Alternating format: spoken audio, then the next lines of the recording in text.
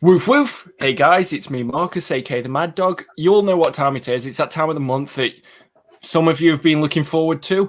It's time for the MDC 3. Yes, of course, it is Mad Dog Chats 3. And after the rave reviews that we had last time that me and Adam had, of course, I had to bring him back for this show. I'm pleased to announce as well that he's got a permanent seat in the MDC. But I still wanted to bring the best show that I could for you guys. You've shown so much love for this already, so much love for the channel.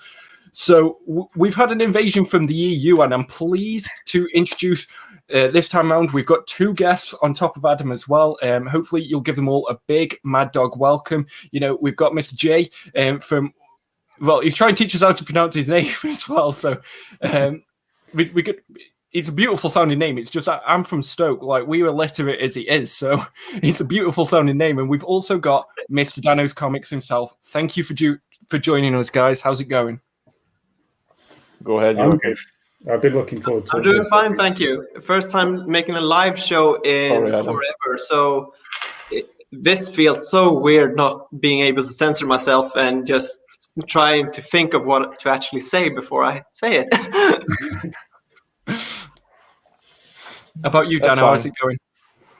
I never think before I speak, so it's usually me unfiltered always. But usually I can edit something out when I do my whole videos or review videos.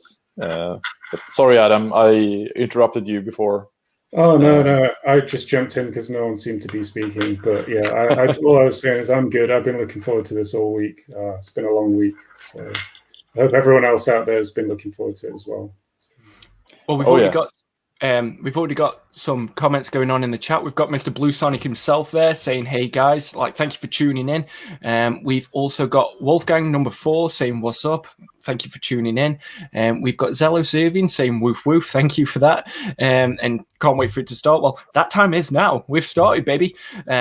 We've got Comics Face the World, who's started his own Instagram as well. Thank you for tuning in. We've got Mr. Zach, who's always shown love to the YouTube comic scene. So thank you for tuning into that one. We've got the man himself. We've got Blackpool over from the comic board. I downloaded Google Hangouts for you as well, so we'll have to get that set up.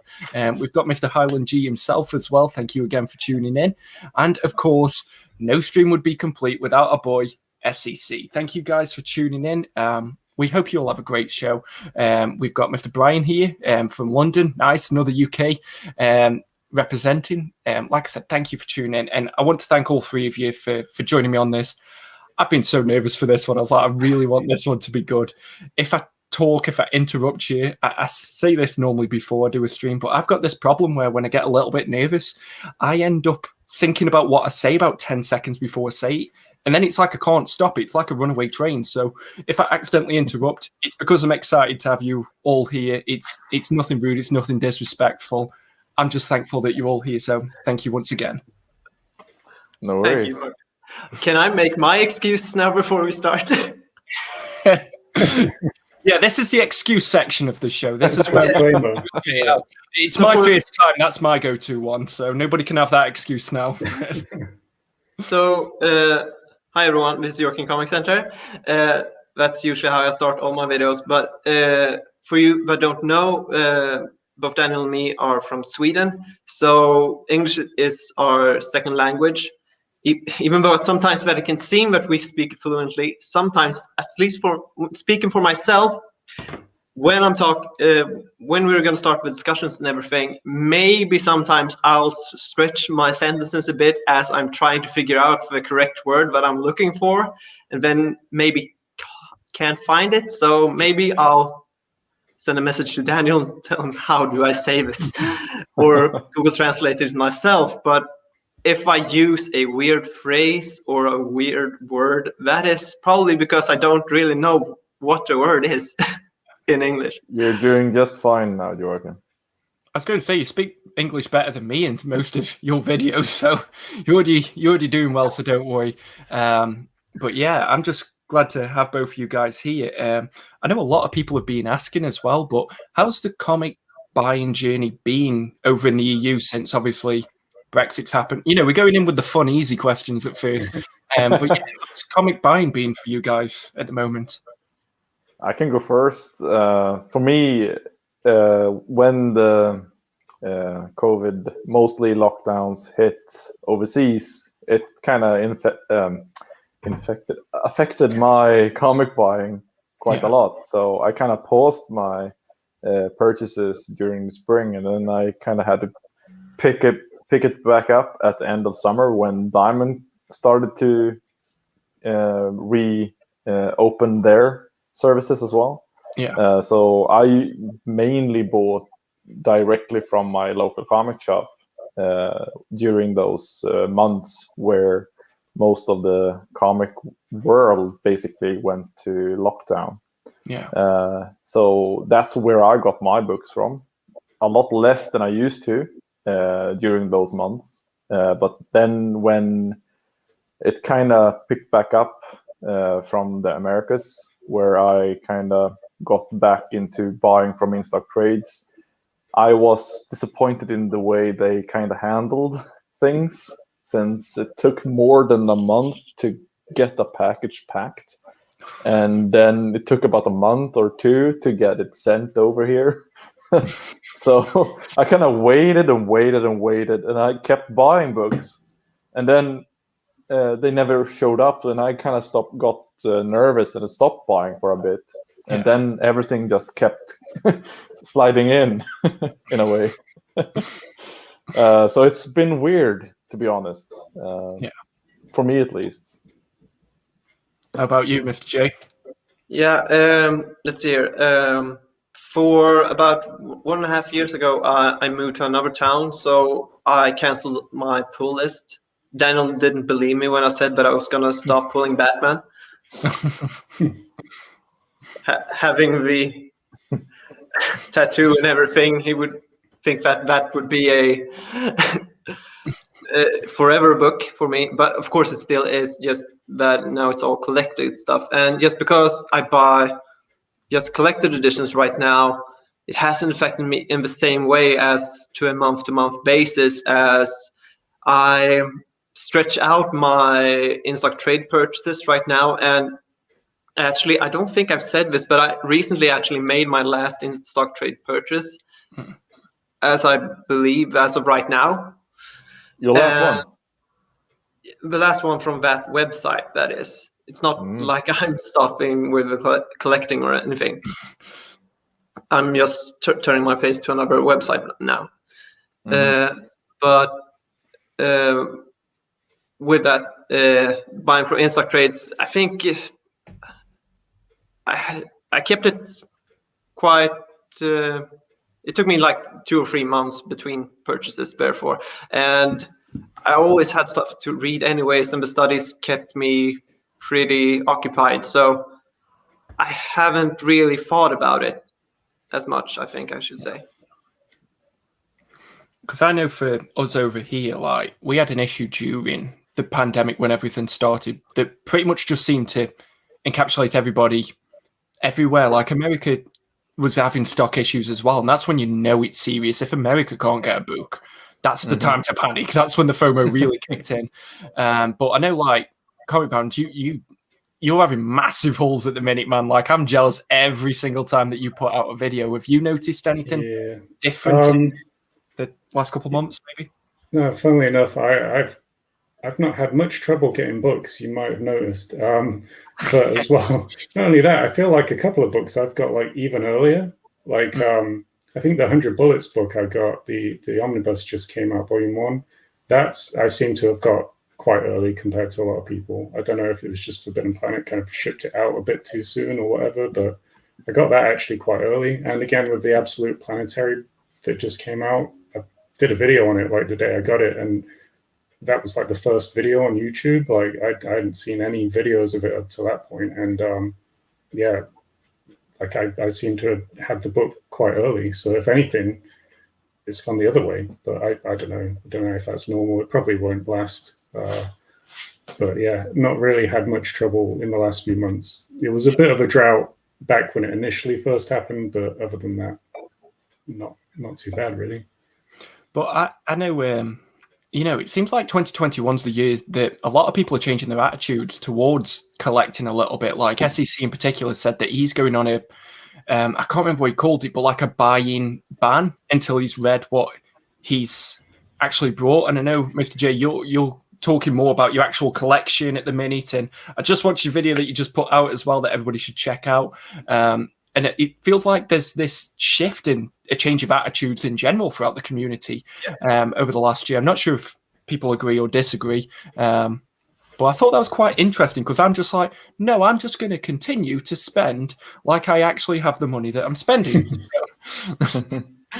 I'm not sure if you guys feel like the attitude's changed either. I definitely feel like there's more conversation about it. I've seen the same videos you've seen where people are kind of actively talking about how they want to more curate collections. I don't think that's really been a thing I've seen a lot until the last few months. And I think maybe a lot of it is probably due to like people overspending during lockdown, or they've sat around, all they do is buy stuff. I'm guilty of it, so. Yeah. I don't know if it's just it's now's the time people are kind of having those conversations. So I'm just going to say hey to a few people who've joined the chat. One in particular that we have to give a big shout out to every single time. You already know his name. It's Mr. Zoom himself. Thank you for tuning in. Woof woof. He was actually interested in joining us stream, and me and Adam talked about it a little bit. And we're hoping to do something to maybe help people get into comics. For like the generation that's sort of after us. Obviously, admittedly, we get quite drunk in these streams, so it's a little bit, we have to find the right way to do it. But we've also got some comments going on at the minute. But what's everybody drinking tonight? Like, I'm on the vodka Fanta. Classy. Just my usual hipster beers, Beavertown, Gamma Ray. Have you tried that? I love beer. But I'm put myself on a beer ban for a while. I saw it on one of the videos. I think it was the live stream you're on. How long's that been going? It's been going on for about 3 months now. I'm trying to kind of get beach ready in a way. So I need to cut down on some things. So beer had to go. Sad times. But I love a beer though. Yeah. Yeah, and I think some of you guys watched my video right before this stream, so you know, but I'm not. I don't drink. Yeah. But it can be on a special occasion, maybe a wedding last time. But for tonight, water, then the Coke. That's a cool size can as well. Like, we just have like the weird fat cans over here, don't we? Yeah. But just saying hey to a few more people. Hey, Mr. Joe, thank you for tuning in. We're hoping this stream is going good as well for you as well. We hope everybody's having a good time. If you can't tell, I'm a little bit nervous. I've never been on a stream with this many people, let alone host one. So hopefully I'm doing okay. Feel free to call me out if I'm a bag of shit and I need to get kicked off and have a mutiny in my own stream. If this is Suicide Squad, who the hell is Daniel? Good question. That's a great question. You guys can answer that. Who wants to be the Aussie with the boomerangs? I'm half Australian, so I guess I could be because he was. Daniel, you're a straight man, so you'll be Flag. I aim high, he's Swedish as well. I always aim high and fall short, so maybe I'm Slipknot, like from that one scene. Oh, a good idea! Bang, head gone. Like, if we were a superhero team, though, which one would we most likely resemble? Like, let's not go Fantastic Four just because of the number 4. Like, damn it! People has commented that I looked like Morpheus at one point. Not Morbius, Morpheus from Sandman. From Sandman, yeah, I think so. Fair enough. That's pretty cool. They had a JLA crossover, so technically we can still be the Justice League, and you can still be the Sandman. I'd have to or be maybe Black Hammer crew. What was that, Mr. Danoh? Abrams Lamb and Black Hammer and. Oh, still not ready. I know that you haven't. Oh no, I'm waiting for more of it because there's just so much going on. Then you're gonna have to wait. You're gonna have to wait a lot. You're talking to the guy who who waited for Invincible to finish. Like I read the first hardcover and I went, I can wait. Wow. Somehow I said that to myself. So patience is the one thing that the Mad Dog possesses of all things. We got asked who here hates Doomsday Clock.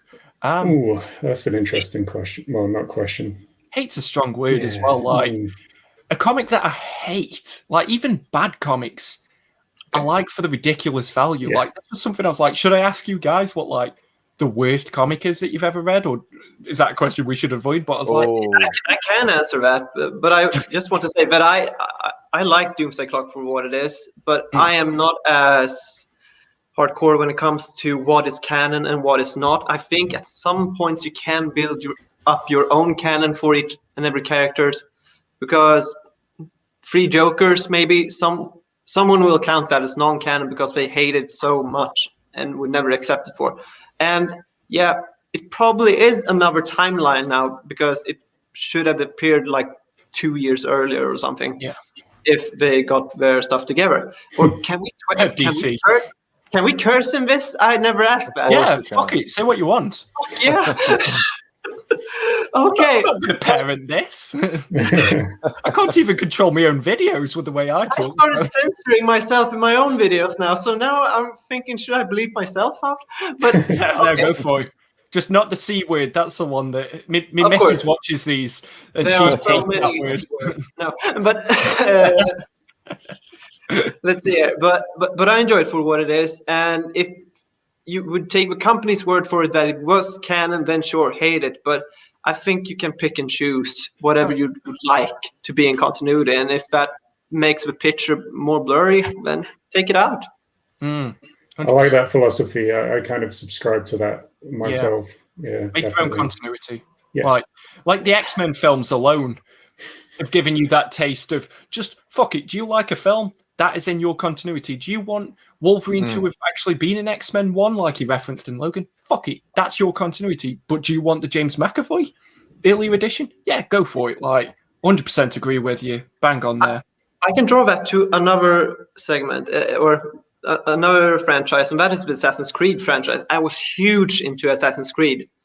Had a collection of some of the gauntlets and everything, of statues, filled up 3 shelves of it, and all the games up to the current point where I was thinking, I bought the whatever one that's in Greek mythology and the one in Egypt. I forget the names for them. But Odyssey and Origins. Okay, I started Origins, I think. That's the one in Egypt, right? Yep. Yeah, so I started that one, and the story was so bland, I didn't even finish the first map. And I then realized that I used to love Assassin's Creed, but now it's taken the story to a point where I don't want to follow. Yeah. Doesn't have to distaste the games before that. So the ones I kept was the Ezio trilogy. So you can do the same thing with comics. Yeah. I think you'll agree you can do the same with Terminator. Like Terminator ends in Terminator 2. Like no other film exists. I'm fine. No. Like Judgment Day was avoided. Like Terminator 3, I take as sort of like the equivalent of like Logan in the X-Men universe. It's like this exists, but it doesn't hinder me happiness of the others. Like Terminator 3 is okay. And I think I like it in the sense that it does complete the timeline in a sort of loop that, yeah, if Judgment Day then does happen, Terminator 1 and Terminator 2 happen, but Terminator 1 and 2, that's my continuity and I'm happy. I don't need Dark Fate. Sarah Connor Chronicles, that's really difficult for someone like me to say. Sarah Connor Chronicle. That, like, I haven't watched that in years. I remember enjoying it at the time. So that can be my continuity as well. So 100%, if you could apply it to films, why are comics a sacred thing that, you know, continuity can't be touched. You have to accept whatever they give you. So you're 100% bang on there, man. My continuity with Terminator is 1, 2, Sarah Connor Chronicles. I love that show. I thought it was great. I was gutted when they cancelled it. Yeah. And I think the only other Terminator film I've seen is 3. After that, I just stopped watching the films. I literally, every time a trailer would come out, I haven't even seen the one with Christian Bale in it, whatever that was, Salvation. Salvation, where he's shouting at the lighting guy or whatever. I mean, there's no way that there's no way that film is better than that one clip. That's all. If you had the remake, it's peaked. No. Oh man, I'm going to send you that now. Okay. Whilst I'm thinking of it, so that after the stream you've got that to be going on with. So cool. I'll send you that now. Yeah, no, I'm done with Terminator films, and the last couple that came out, they didn't look very good either. And I mean, maybe I'll watch them one day, but definitely, it's the kind of really shit film you put on a Sunday night before work, where you just want to switch your brain off. That's what they feel like to me now. Is those kind of films, whereas they should be a lot better than that. From the pedigree of the first two, definitely. So. Whilst we're on the topic of this, so is there any like franchises? I feel like this might be a fun question. If it's not, just say, Marcus, you're a fucking idiot. Let's move on. But is there any like franchises that to you? Sorry. Oh, did you put the music video on? Put our own video on, I think. Sorry. Oh, okay. No worries. Is there any like franchises, whether it be comics or a movie or a game, that it's like, no, this is sacred now? Like, nobody touch it again. Like, I feel like Back to the Future is the one that a lot of people really say, like, don't do anything else to it. Like, don't even try. Do a remake and such. Yeah. Okay. That's an I interesting don't mind question. people trying. Like, honestly, like, have a crack at it. Because, honestly, when I first heard they were making a second Blade Runner film, I was like, oh, God, Hollywood, why? I love it. I absolutely love Blade Runner 2049. I was blown away. I went to see that with really quite a low bar, just expecting kind of run-of-the-mill Hollywood remake, soft reboot, whatever. Yeah, it's a masterpiece. I think I love it. So I don't know. I'll let you have a crack at anything you want, just knowing that if it's bad, I can just ignore it, because you're not remaking the old films unless you're George Lucas. You're not really gonna kind of fuck with the old stuff, so it'll still be there. So have a go. I don't mind. It's my philosophy. What were you going to say, Mr. Dan? I feel like there was an answer on the tip of your tongue there. Yeah, sorry if I jumped in too soon with that. No, it's all good. It's all good. I just feel like, do you know when someone's primed for an answer? Yeah. It's well, I was thinking of different franchises, but I'm mostly okay with people trying to pull a new vision into a what's been done before in a film franchise or into a TV show or a book franchise or whatever it is. I'm fine with it, because I still, as you have always, as you guys have said before, you still have the original works that you can go back to and enjoy over and over again for most of the time. So I'm mostly fine with it, but I would say that I don't think certain franchises would work as well today as they did in the 80s or 90s or whatever, or whenever they first was done. Indiana Jones is one of those examples for me. I don't want to see another Indiana Jones movie. Do something else instead. Let me have those three, because I'm not looking at number 4. That doesn't exist to me. No, it doesn't exist. See, that kind of undoes what I've just said, because like I said, I'm happy for you to have a crack at anything, but thinking about it, because they already fucked up Indiana Jones 4, I don't want a 5th one, unless it's like completely separated and you can watch it on its own. So if they had managed to do a good Indiana Jones 4, of course I would be happy if they tried a 5th one, but they did not do well with that, because they kind of went space weird in that one, and that doesn't work in that franchise, in my opinion. But I was super disappointed when I was watching that in the movies, because I was quite young then, and I was so excited to watch a Indiana Jones film in the theater, and I was so disappointed and gutted when I went home after watching that film. I was like, what did happen in this film? I could not understand what they wanted to say in that film with the story, or why they did what they did. But it's sorry for rambling on about that. But That is yeah, cool. Indiana Jones is sacred to me. Yeah, to be honest. Like we can do Uncharted now. Like I know it's not the exact same thing, but like Uncharted to me was playable Indiana Jones. Like I fucking love Uncharted. So for me, admittedly, I'm not 100% sold yet on Tom Holland as Nathan Drake. I'm open to him being good. I'm just not sold just yet. It's not like the first time I saw too young. Yeah, he's too young and too small. Fighting, to be honest. That's fighting talk. You would knock Tom Holland out, though. I'm not going to lie. We love you though. On the off chance that Tom Holland has got a Friday night free and wants to tune in. If he ever shows up here in Sweden, call me. We'll have a sparring session, and I'll film it. If anyone is asking what I'm drinking, it's this. It's Scotch whiskey. I'm not trying to pronounce that Abelor. That's Swedish. We've got a few comments here. Some good ones as well for you guys. First one isn't really a good one for you, Dano. Comic Board says we're relying on Daniel in terms of the pronunciation stuff. The show is already going downhill. We got 5 minutes. We got 5 minutes in. That's a record for any video of mine. Normally by the 5 minute mark. If anybody's watched Whale Watch, you know how dead I am by the 5 minute mark. I'm like, this is a book. It might be going out again. Bye. Well, Black Paul, thanks for the support. It balances out though, because Off My Shelves, who's just started his own channel as well, so I'd recommend checking him out. He says Lion Cat t-shirt instantly makes him the best dressed here. I'm taking that as a compliment for you rather than an insult for the other three here. We've got a starter question as well.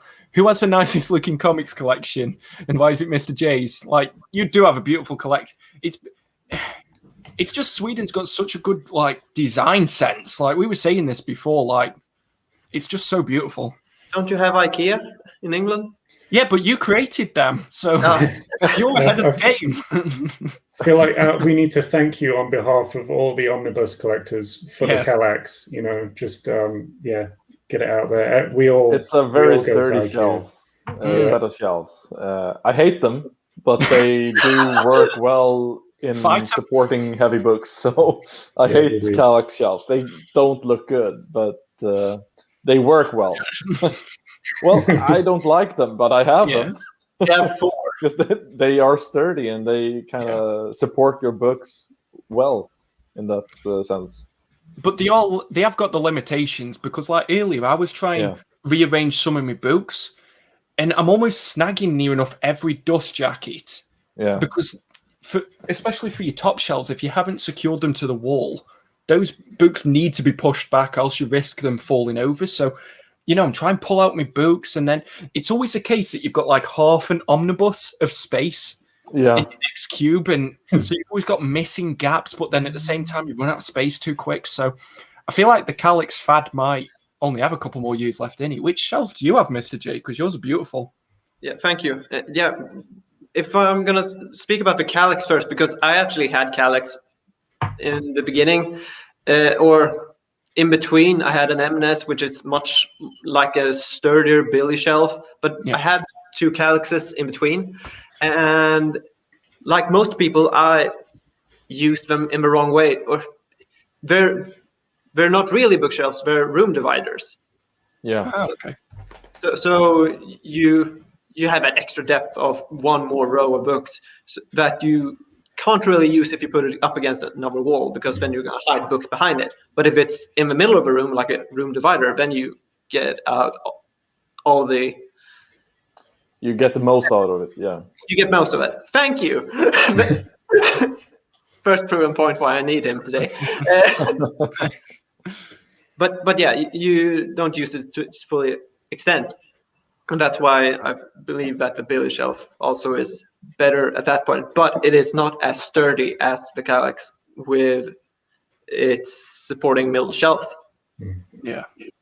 Yeah, like I used to have a Billy, and it was buckling under the weight of all the books I had on it. It was like, I think after I took all the books off and started using Calaxes, it's still bent now. Like I think those shelves are kind of not strong kind enough. of figured out a good way to support those weaker Billy shelves. I designed it, or didn't design.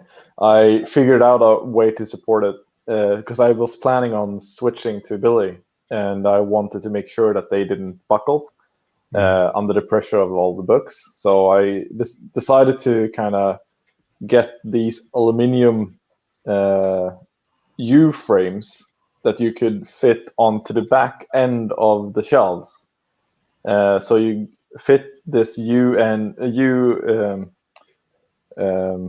beam in aluminium to kind of add more support to at least the back of the shelving unit, so you could at least get more books and more weight onto each shelf, so that it wouldn't actually buckle. Yeah. And but I kind of canned that idea when I decided to stick to the Kallax shelves that I already had. Zach also said that he loves the Daredevil statue behind you. This was something we were talking about before the stream started as well, because I was admiring the Hellboy up there just on top. So at least I'm not alone. Like, that's a beautiful statue set that you've got there. I'm very happy to have them. Of all people commenting on this stream. Who's this cool guy? This is the Spider-Man meme in real life. This is Spider-Man pointing at himself. You should have worn it, because last time we both had the matching DC hoodies. True. Maybe it should be my aim to dress as one of the guests every time. Yeah.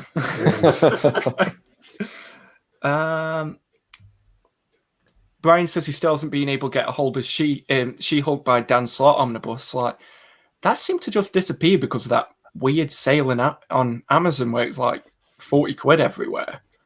Where are we looking? Mr. SCC said, reading digital for the I cannot speak. Reading digital for the first time has helped, and I want to save on shelf space and keep the A grade. That makes sense, because sometimes it's more about the collection than what you've read. And I know that Mr. J was saying that in a video a few weeks ago, effectively, that you want to enjoy the books that are in your collection, to paraphrase.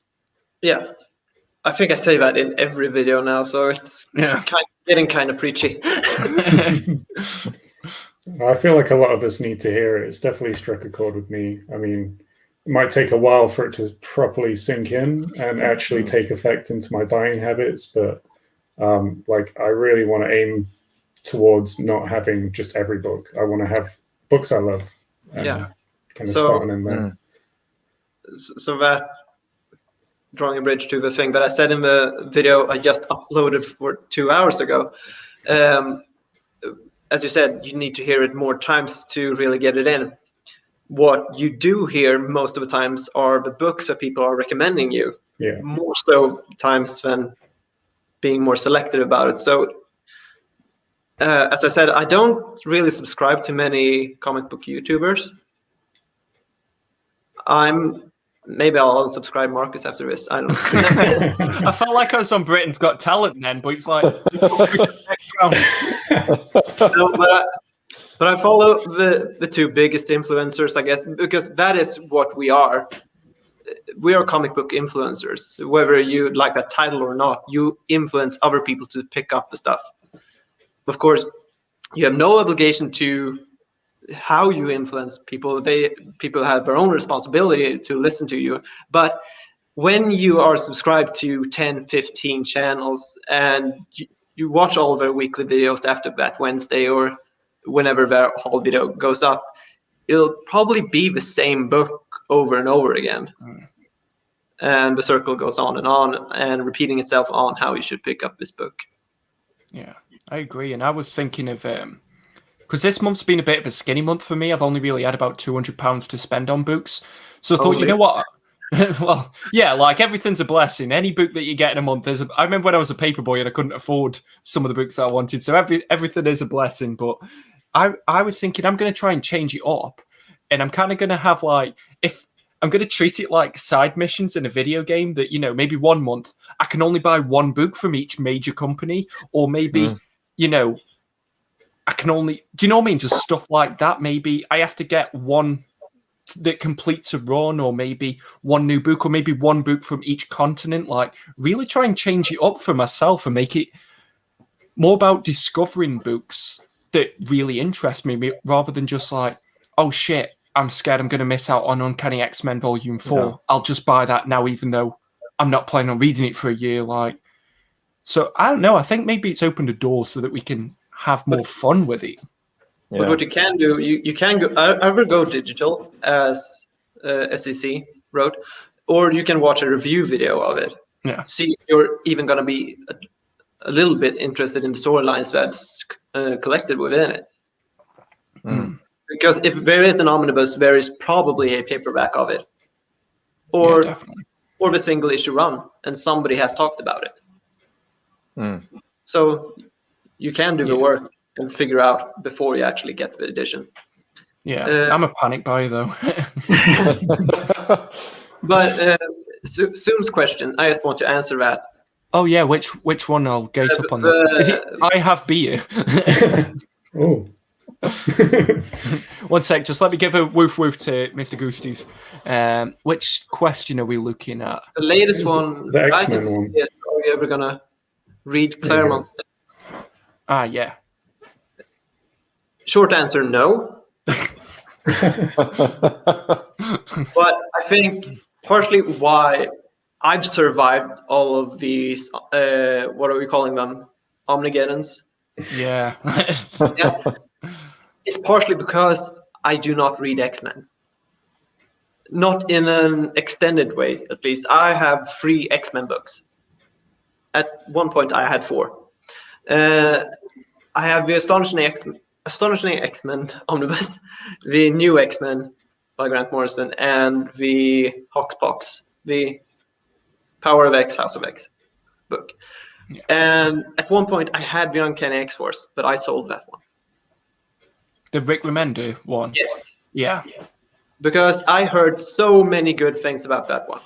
So that was my lesson to learn after having read it. I think you need a bit more X-Men knowledge if you actually want to appreciate all of the story arcs within it. Age of Apocalypse, especially. Yeah, I really don't have a lot of X-Men knowledge, and I quite enjoyed it. Apart from there was a bit of a lull when they did all the Otherworld arc with that whole bit. That was kind of a dip for me. Other than that, I think I could pick up enough as I was reading to enjoy it. But I agree, there's a lot of hype around that particular omnibus, and I think a lot of that was because it was a whale as well. Like everyone just wanted to get their hands on it. And there you get your lesson that not all whales are good. But of course, it's a matter of perspective and opinion still, but not all the whales that are whales are good for everyone. Yeah, like a lot of people are really wanting the Silver Age X-Men omnibuses to come back in print. And I'm like, have you ever read those very first issues of X-Men? Like, they're terrible. Yeah, like I read 4 when I was really young. Not really young, about 16 or so. And I was like, you know what? I'm going to read every X-Men issue from the beginning of time. I don't know why I wanted to do that. Like, and I read 5 and I was like, I'm done. Like, why not just read the best stories that are out there? Like, so it's true what you're saying. Just because it's a whale, you know, killer whales exist. It doesn't mean you should go and find one.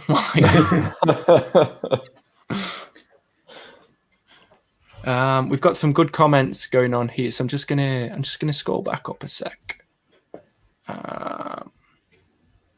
Seemed like there was a bit of an argument going on at one point. Yeah, actually, I think there's, how long have we not been looking at these comments? We need a mod, don't we? Comic Board said that he's basically cut way back on buying. Now that the lockdown has an end in sight, I'm saving to get back on the road and do some traveling. That's the thing. Like, comics is a hobby. Like, do you guys have any, like, what are your main hobby besides comics that maybe people don't know about? Like, Daniel? Do you want me to go first? Okay. Open table. I was actually... okay. Well, sure. Well, hobby-wise, I have quite a lot of different interests going on, and comic books is my main one. To be honest, I found it quite late in life, and then I kind of got sold on it and never looked back at. To be honest, I do enjoy going to the gym, going out for walks in the woods, and I do enjoy food and finding good restaurants, cooking food and stuff like that. So I consider myself a bit of a foodie as well. I enjoy good beers, good whiskey as well. So anything that sounds weird to say, but I love to eat. Yeah. That's my main hobby, basically, after comic books. I think I can relate quite a lot to a lot of what you just said. So. Yeah. Well, honestly, fishing, I went out. I love to fish as well. Go out to a lake and just stand there for a while fishing. That's always fun. I'm not good at it, but it's relaxing. Blame the fish. Sorry? Blame it on the fish. Don't blame yourself. Like, they didn't come to your rod. It's their fault. It's their fault, yeah. They don't know what they're missing. Yeah. How about yourselves? Who are you talking to? I can jump in. I mean, I don't have a lot of hobbies, like proper hobbies, but I dabble in like everything. So not literally everything, obviously, but like I dabble in a lot, and I don't really go hardcore into any particular thing. But I did recently just start playing Destiny again. Like, I'm not a massive gamer, but I kind of been roped back into that, and it's kind of took up the majority of my time the last couple of weeks.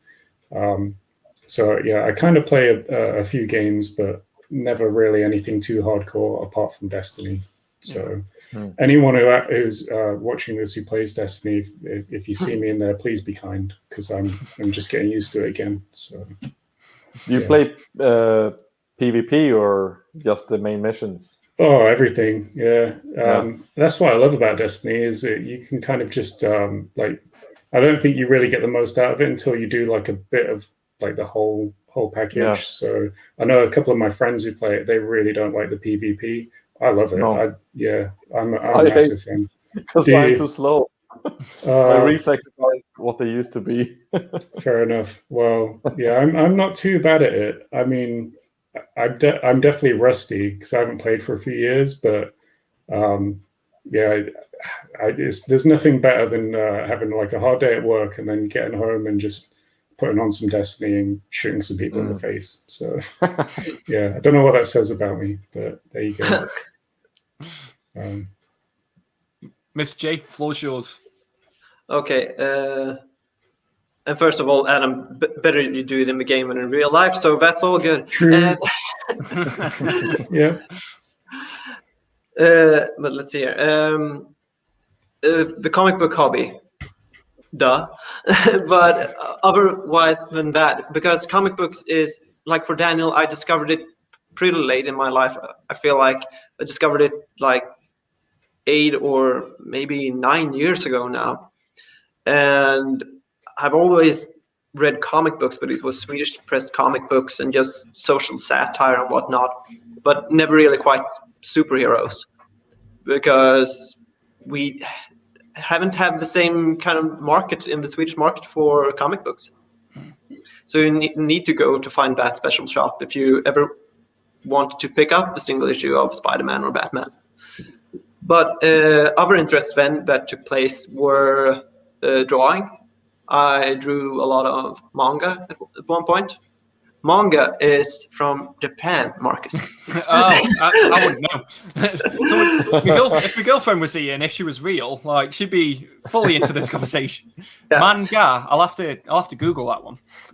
But I think that's more approachable for a 13 or 14-year-old guy or girl, and so that's what got me hooked first.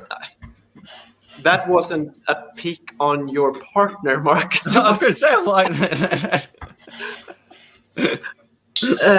But both were my first interest. Drawing, I did a lot of that. Then later on, I discovered through manga and anime, discovered a great anime series that's called Hikaru no Go. Let's see here. What's happening? Has someone got like something? Someone watching anime. Yeah, I've got my volume off. Daniel? Sorry, it was me. Okay, but I discovered an anime series called Hikaru no Go, and in it they play a 1,000-year-old game from China called Go, basically. It's a territorial-based game. That was a huge game for me at once, and I played it ever since. Picked it up recently again. And I also play the guitar a lot. Oh, nice. Yeah, I actually also play guitar, but for some reason I never would have thought to mention that as a hobby. I'm not very good. That's probably why. Yeah, I've always wanted to learn how to play Go, though. That's cool. Yeah, it's really fun. And when the Queen's Gambit got announced and everything, I was thinking, oh no, now everybody's gonna play chess and nobody's gonna care about this game anymore. At the same time, not gonna go into a Chinese live-action version of Hikaru no Go just got released this year, and it was my saving point at some point through this whole quarantine thing, because it was greatly adapted and everything. But yeah, I'm gonna drop that now.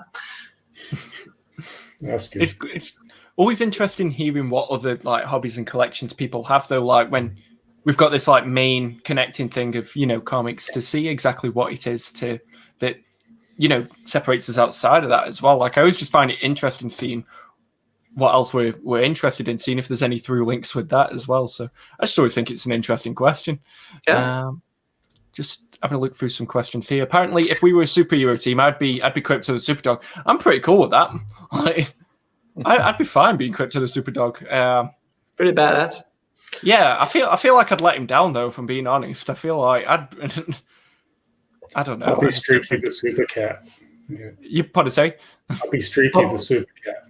That's not a bad name though. To be fair, give us all the comics you hate. That would be like a 24-hour live stream. I have a really hard time with All-Star Batman and Robin. Yeah, the Frank Miller, Jim Lee. Yes. Yeah. Where's the goddamn Batman? The goddamn Batman, yeah. The art, I like the art. Yeah, yes. It looks nice. Yeah. But that is the one time that the writing actually is so gruesome that the artwork doesn't shine as much. Yeah. It doesn't save it, no. Yeah. Do you reckon it's something that you could just go and get the book and just, like Tipex out all the speech in it and just write your own better story? I don't know. I wouldn't do that to a book, but do that? I sold it to another person and damned them to hell instead. Okay. That's cool. We've got some other recommendations for bad books. Blade by Mark Guggenheimer is dog shite. I hate it in the art, toilet paper. I bought that complete collection because I was like, you know what? I've never read any Blade, but I love Blade, so I'm regretting that purchase now. But we also got a recommendation of Heroes in Crisis as the worst recent book I've read. I've heard nothing but bad things about that. No one said a good word. We're going to have people It started out good, to be honest. Pardon, sorry? It started out quite interesting, Heroes in Crisis. Then I think DC kind of meddled and got in the middle of the creative process, or some of the editors did, because they kind of extended it 2 more issues, and it kind of dropped in. It kind of went weird in a way. I can't really explain it, but it kind of had a good storyline going, and then halfway through, or in the 3rd issue, it kind of started to get nowhere near where they kind of started to hint where they were going in the first 2 or 3 issues. That's what I remember from it. Yeah, I wasn't too impressed with the execution of that story. Yeah. like I said, I've heard no one say a good word about it. Like, I kind of want to read it because I'm morbidly curious. Like, if you said to me, everyone hates this book, I'm like, men, sign me up. Where's the Absolute Edition? I need to see why it's this bad. The reason for me to kind of speculate in that it was extended, it's because it was solicited as a 7-issue series, and then it turned out to be 9 issues, I think. Yeah, and they kind of extended it into other series as well, the Green Arrow and Flash. So I think it kind of the hit of it in the initial part of the story kind of hit DC by surprise, and they kind of wanted to make more money out of it. So they ordered Tom King and Clayman to kind of extend it, so they took in Mitch Gerrits to do some of the artwork in it. That's my conspiracy theory about that. We also had Civil War 2 put forward, which I remember reading like the first 2 issues, and I was like, this just feels cheap. Like, it just feels like something that no one cares about. Like, how was it? Like, Civil War, whether you like the original event, it was a massive event. People were talking about it. Civil War 2, no one cared. Like, I'm not sure if any of you guys felt the same, but I gave up after 2 issues. I only read it through the Miles Morales tie-in issues. Yeah. That's the problem it annoys me when a good series is derailed by an event, because like I read Loki Agent of Asgard last year, great series, but then halfway through it's just like, oh yeah, Axis happened, so we're just completely changing the story. And they still told a good story within those confines, but I was like, I swear you were planning on going somewhere else. Like, I don't know. Like, Usually I like events. Pardon, sorry? Sorry. The only series that's not affected by it is the main character of plot or of the event series. Like, obviously, Secret Empire works for Captain America, possibly. Yeah. But I couldn't even finish after 3 issues. I think I dropped the book actually and sold it. I never finished reading Secret Empire. I didn't start, to be fair. So you did better than me. We only talk books that we hate now. We're going to have people stop buying comics at any time now. Good, we're counteracting the FOMO that we do in every other video. Exactly. It's balance. Perfectly balanced, as all things should be. We also had Alex saying that he fucking hates Bendis' Superman. I haven't read it. Well, I think I read the beginning bit, because Bendis for me got me into comics with Ultimate Spider-Man. So I'm a Bendis apologist and a New 52 apologist. Like, to me, if you say anything bad about either of them, I'll be like, yeah, but they did this. Like, you shouldn't apologize for it. I know I shouldn't, but I do.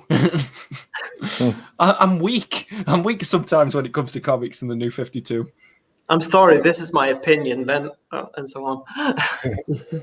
A lot of good stuff came out of it. As long as it doesn't harm anyone. Yeah. I don't know. It's just the New 52 is always going to have a special place in my heart. Me too. And people like what they like, don't they? Like, I always find it funny, like at the minute, because obviously the big topic of the probably discussion, the Snyder Cut, you're either one side or the other. You're either one side or the other, aren't you, though? People are saying, this is the worst film that's ever existed, or this is the greatest film that's ever existed. And I'm there like, it hasn't come out. Like, if I missed the release window, like, I swear this film didn't come out yet. Like, why not watch it and then decide? Like, I thought that was what we used to do. I swear at one point in time, you'd watch something before making a verdict on it. Like, was that me in the Phantom Zone? Like, help us out here, guys. Well, you're crypto, so you might have been there. Yeah, I might. I probably deserved it as well. Like, well, I think I've spoken to you, Daniel, about that movie at least some points. At least when the trailer got dropped and everything, or the teaser pic was shown. I mean, if I'm right or wrong, you can take it or leave it, right? Yeah, like, it's an opinion, isn't it? Daniel? Oh, I thought you meant just in general. You can take it or leave it, the Snyder Cut. Yeah, sure. Yeah, but if someone is telling them I'm not going to watch this movie, then I'm like, okay, because this movie was made for me. Yeah. Because I've waited for this now 6 years to come out, because what we got wasn't what we actually should have gotten. So I actually rewatched the trailer that got dropped in 2017, was it? I think, for the original cut that would have been. And this just feels like trailer 2. But with a lot more footage, obviously, because now it's a 4-hour long movie instead of a 2-hour. Yeah. That's a long movie, though. I'm not going to lie. Like, yeah, but how many toilet breaks do you think we're going to have?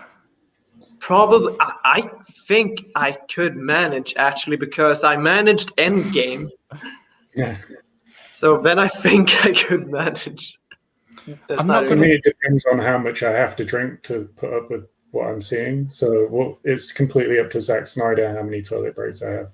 To be honest, we're watching it in the comfort of our own homes, so I guess you can decide for yourself. Yeah, there's always the pause button. I'll give it that. It's just you always take more breaks when you're at home, though, than if you actually were in the cinema. I wish I could see it in the cinema, though, because I don't focus if I'm watching something at home. It's all of a sudden like, oh yeah, I'll reply to this message on my phone. I'll check this. I'll call my mom. I'll go have a cry in the bath. You know, like the usual kind of things. So. But like, were they crying in the bath? Because I swear I didn't see you there. Oh yeah, that's the only reason I use my bath. Showers or crying in the bath. It's a good job you didn't ask me about my hobbies, because that's the main one for me, just having a good cry. But, oh, sorry, we didn't ask you. No, it's fine.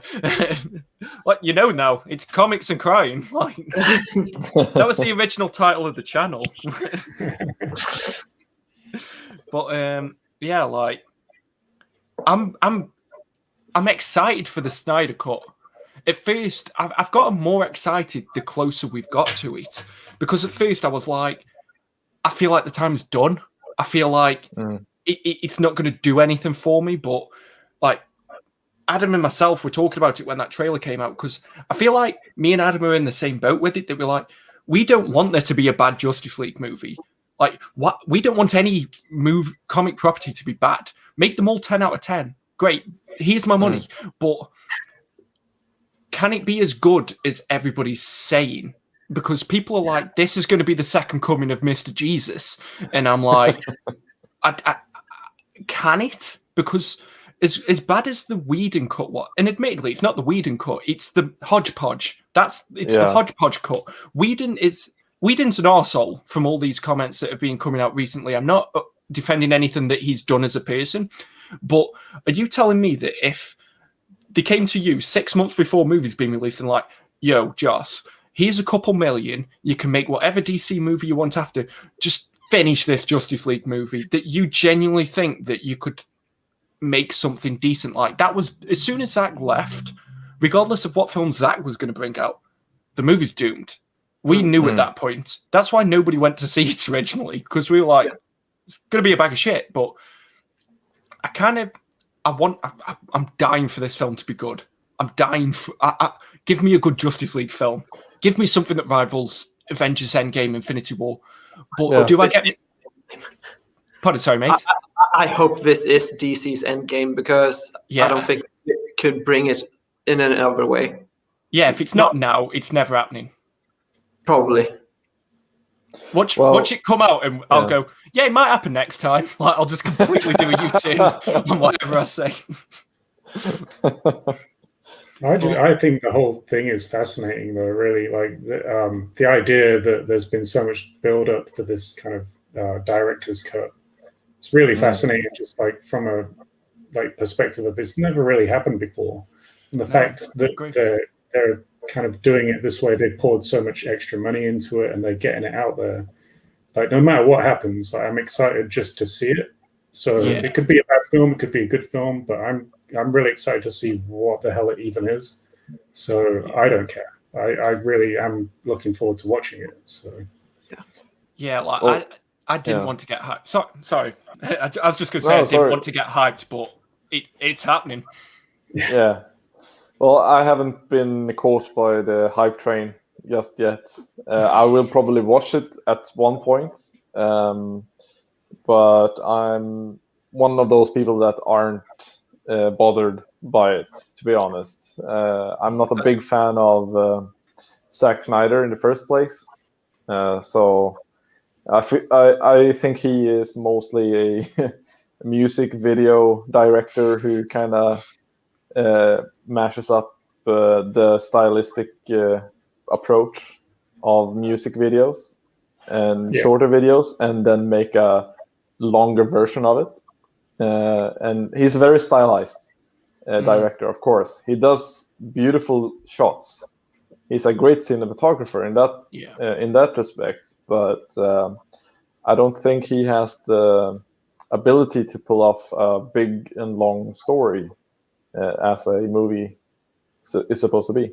That's my own opinion. That's what I think, and I'm more than happy to be proven wrong. To be honest, I would love for them to succeed in making a Justice League movie that's good and that I want to watch. It's just that I have little faith in the people in charge at Warner Brothers. So it depends with Zack Snyder. Like, I almost wish that he was just the cinematographer on the films or something like that, and not the director. Like, what he didn't have like the run of the whole show. Apart from with 300, I actually thought he was probably the perfect director for that, because for some reason I really think he was well suited for that one. I quite like the 300 film, but everything else he's done, you kind of wish someone else had like the control of the reins while he was just coming up with the nice, pretty stuff. And that's kind of how I feel about Zack Snyder. I honestly hope that I'm wrong. I would love for them to do a good movie, and I hope that they do. Just not that invested in it as other people might be. That's probably for the best, though, because, like, hypothetically, if this is great, then what? Like, Zack sounds like he's not bothered about doing any more films in the DCU, and also because it's coming out on HBO Max. If we're being perfectly honest, it's not going to get $1 billion off HBO Max. If Mulan couldn't do it when it was brand new and being charged at $30 just to watch it, it's not going to make that revenue, unfortunately. So are we kind of setting ourselves up for an even bigger fall if this is great? Like, admittedly, for me, it's never going to be 10 out of 10 because he didn't give Henry Cavill a mullet. Like, how do you not give him the mullet? Like it can only be a 9 out of 10 for me now. But, like, are we going to be more disappointed if this is the film that we're really hoping for this to be? And obviously, Mr. J, since it sounds like this is a movie you're really looking forward to. Yes. Are you worried about that? Like, what if you like this film too much and it's on a cliffhanger?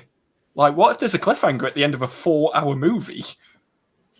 I mean, probably we're going to have an after-credit scene like most movies after all. Or maybe we'll use the footage I'm thinking about is the Deathstroke Batman footage that was leaked years ago. But maybe that will be featured in some other way. There are so many things that have changed since then. But I mean, what you were saying there, that if this is the one, then we're going to have an even greater fall because we know that they won't spin anything else out of it. So this would just be the end game for it, and then we'll go on and then stick to their regular scheduled movies. Yeah. Because I think the Aquaman movie with Jason Momoa, I think was, since it was released, it was more adapted to the actual Justice League movie that we have with Joss Whedon. Yeah, much more brighter. Yeah. But they're still saying that they're gonna change or they tweaked Jason Momoa's character in the Justice League Snyder Cut a bit to actually fit more to that movie. But whatever they're tweaking, it could affect so many things if they want to. Because what we'll have to do with the DC universe now is aim at different Earths. Because we can't do the Marvel formula here, really. Yeah. We never could. But I yeah, think it's a I am page, hyped right? for it, and I try not to think too much about it. Actually, I'm just so happy that it's just less than a month now. We're actually going to be able to see this. Yeah, I agree, and especially for. So it sounds like that. Were you one of those people that wanted this even before it was announced? Because Yes, there was that. absolutely. For you, like for. Well, actually, I'll go back a bit further. For myself, like I was kind of take it or leave it. Like I didn't care if this came out, but I wasn't one of those people that was like, this shouldn't exist. For yourself and other people like yourself that have wanted this for so long, I'm like, you know what? Fucking good on you, because I'd be really disappointed right now if they were like, yeah, we're not going to do the Robert Pattinson Batman. I'd be like, what the fuck? Give me that film. So it'd probably be the same for the way that you must have felt when it was like, yes, Zack Snyder's gone. We've got this hodgepodge film. So for yourself, I'm praying that you get the best film that you imagine exists. And I've said that since day one. I hope you get the film that you think exists. I really do, because like if they took that Batman film off me, I'm gonna lose my shit. Like, I'm not gonna lie, if they take that film off me. Oh, I was so disappointed when I heard on the radio that we were pushing the movie up to the autumn in 2022. Yeah. Like 1 whole year. 1.5 years now. 1.5 years, yeah. And yeah. This is why I cried. I watch that trailer now and then, actually, to remind myself. I don't think I'm not gonna watch any more trailers of that movie, actually. But I do go back to that trailer once or twice a month to just watch it, because it's brilliant. Yeah. If nothing else, we've got that trailer. Like, the thing is, I was gonna do a video that was like the top 10 best trailers of all time, regardless for the final product, like the best trailers, because like we were talking about this just before we started up. I think it was before you joined us, Mr. J. But like, the Punisher season 2 trailer is fucking phenomenal. The season 2 trailer, where it's just him causing carnage. I go back and just watch the trailer because I don't have 13 hours to watch the film. So yeah, that Batman trailer, you've given me a great Batman film in 2 minutes. And I kind of get what people say when, like, I remember when the first trailer for the Snyder Cut came out, people were like, that's already better than the movie. And I was like, I don't feel that way. But then that Batman trailer came out, and I was like, I get you. Like, you make sense now. I understand you. So, do you think Robert Pattinson has the capacity to be a top tier Batman, though? You can go first, then. There you are. Yeah. At least the young version of Bruce Wayne in Batman. Early on, him getting what do you say? Him kind of getting his parents killed. Yeah. Well, that has happened too many times on film, so maybe we can skip that part. But at least him starting out, going into the streets and beating bad guys up, and going out there to fight crime, and the core of the character. I hope they get that right. And I am very excited about the Robert Pattinson film, because I think he's a good actor, and I think he can pull it off. Like, anybody who still judges him off Twilight, no, never. Where have you been for the last 10 years? Like, he's just done great things. Like, he is focused on indie movies, basically. Yeah, just honing his craft, and I think he's a good choice for this this film. How about you, Mr. J? Yeah, I'm obviously looking forward to this immensely, because I cannot get enough Batman movies. You can recast him as many times as you want, also because he is the DC James Bond, basically. But with this one, this first time we're gonna have a year 2 Batman. It's not Batman Begins, so he's a little more into it, like Long Halloween, Tim Sale, Globe series, maybe Bad Age. But judging from the trailer and the material that we see with Pattinson, he looks so crushed and destroyed, and the only thing right now for him is the mission. Yeah. There's no hope, and therefore we bring in Catwoman. I forget the actress's name, but also Riddler, of course. We're spinning out some tropes from Jeff Johns' Earth 1 books, it feels like. And about the trailer itself, I always go so into a deep analysis on things, but I was thinking that maybe they actually have this for a reason, and that is the soundtrack for the trailer. And the Nirvana song. Yeah, I love that. That was cool. Something in the Way, Nirvana, yes. And when, first of all, first seeing the trailer, I didn't think about it as much, but then again, then I started thinking about Kurt Cobain and how obviously he committed suicide at 27. And I would think that it would be really interesting if he was 27 in this movie in particular. But I think his Batman career actually started when he was 24, 25 or something. But if we're in year 2, that would make him 27 at this point. And since Kurt Cobain and everything killed himself, I was thinking that this symbolizes Bruce. And Bruce is now dead inside. And there's only Batman. Therefore, they chose that music. But I think that's into deep analysis of it.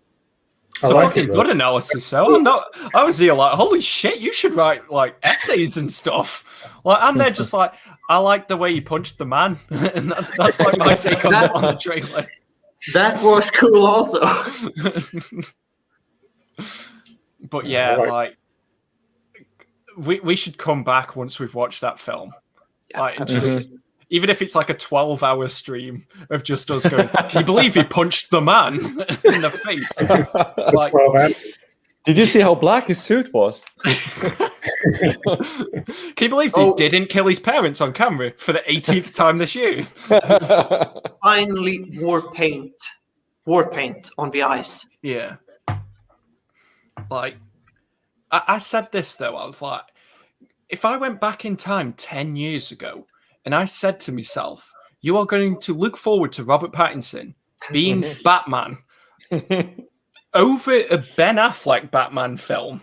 Like, I'd like a Ben Affleck Batman film, but I'm looking forward to the Batman even more now that I've seen a bit of it. I'd punch myself in the face. Like, I'd be like, you're an imposter. This isn't true. Like, the Riddler also just seems like the perfect villain for this film as well, with the tone they're going for. Make Batman a detective. Like, make him that for once. Like, we got a scene of it in The Dark Knight. I want to see him fully immerse himself into a crime scene, do stuff that the police can't do. Yeah. And just give me Batman.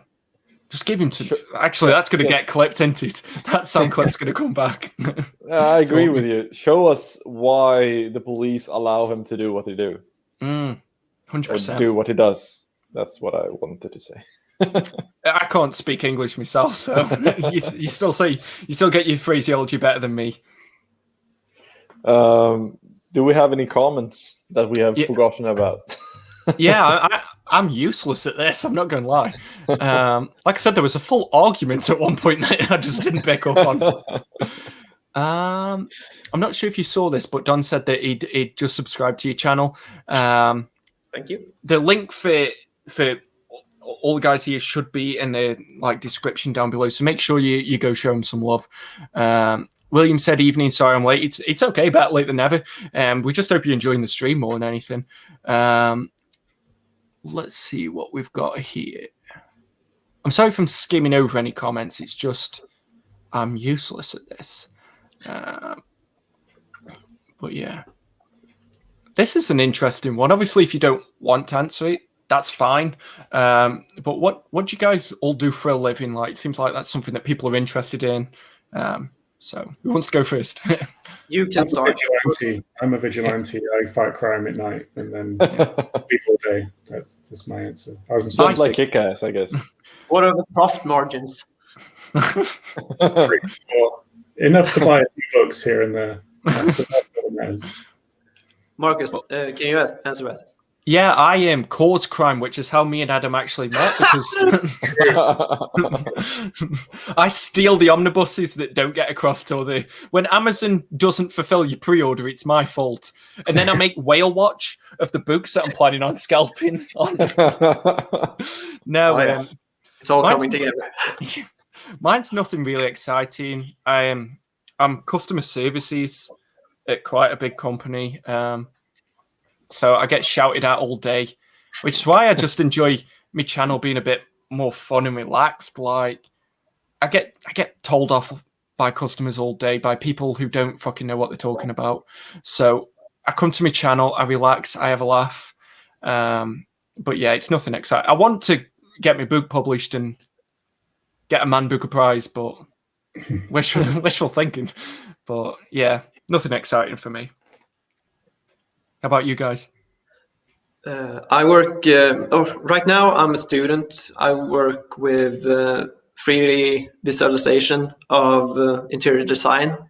So I'm educating myself for that. I'm in the last term for the semester and taking my exams by the end or by the beginning of the summer. So that is hopefully what I'll go out and do after that. But with the current situation, maybe it'll have to wait till fall. But otherwise, I'm in a leave of absence from my other job that is in everyday retail food store. Yeah. Okay. I work with fire safety. Nice. So I do basically inspections. I help to I help companies and other organizational entities to kind of work with their fire safety within their organization. And I also, what's the word? I think educate is a bit of a strong word. I do. I'm an instructor in first aid and CPR and such things. So I go to different companies each day and then either inspect or help them with instructing them in CPR and stuff. So I do work with safety in a way. Really nice. Yeah. So are you sticking with your crime fighting, or? I mean, after that, there's not an answer that sounds better than that on paper, is there? I'm glad I went first. I'm not going to lie.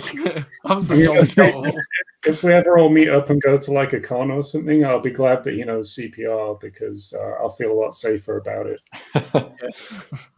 I used to work with the fire brigade here in Sweden, in a smaller town than Stockholm. So that's a long time ago. Yeah. Cool. Are you seriously sticking with the crime fighting? Because we can move on. I believe it. I'm not gonna lie.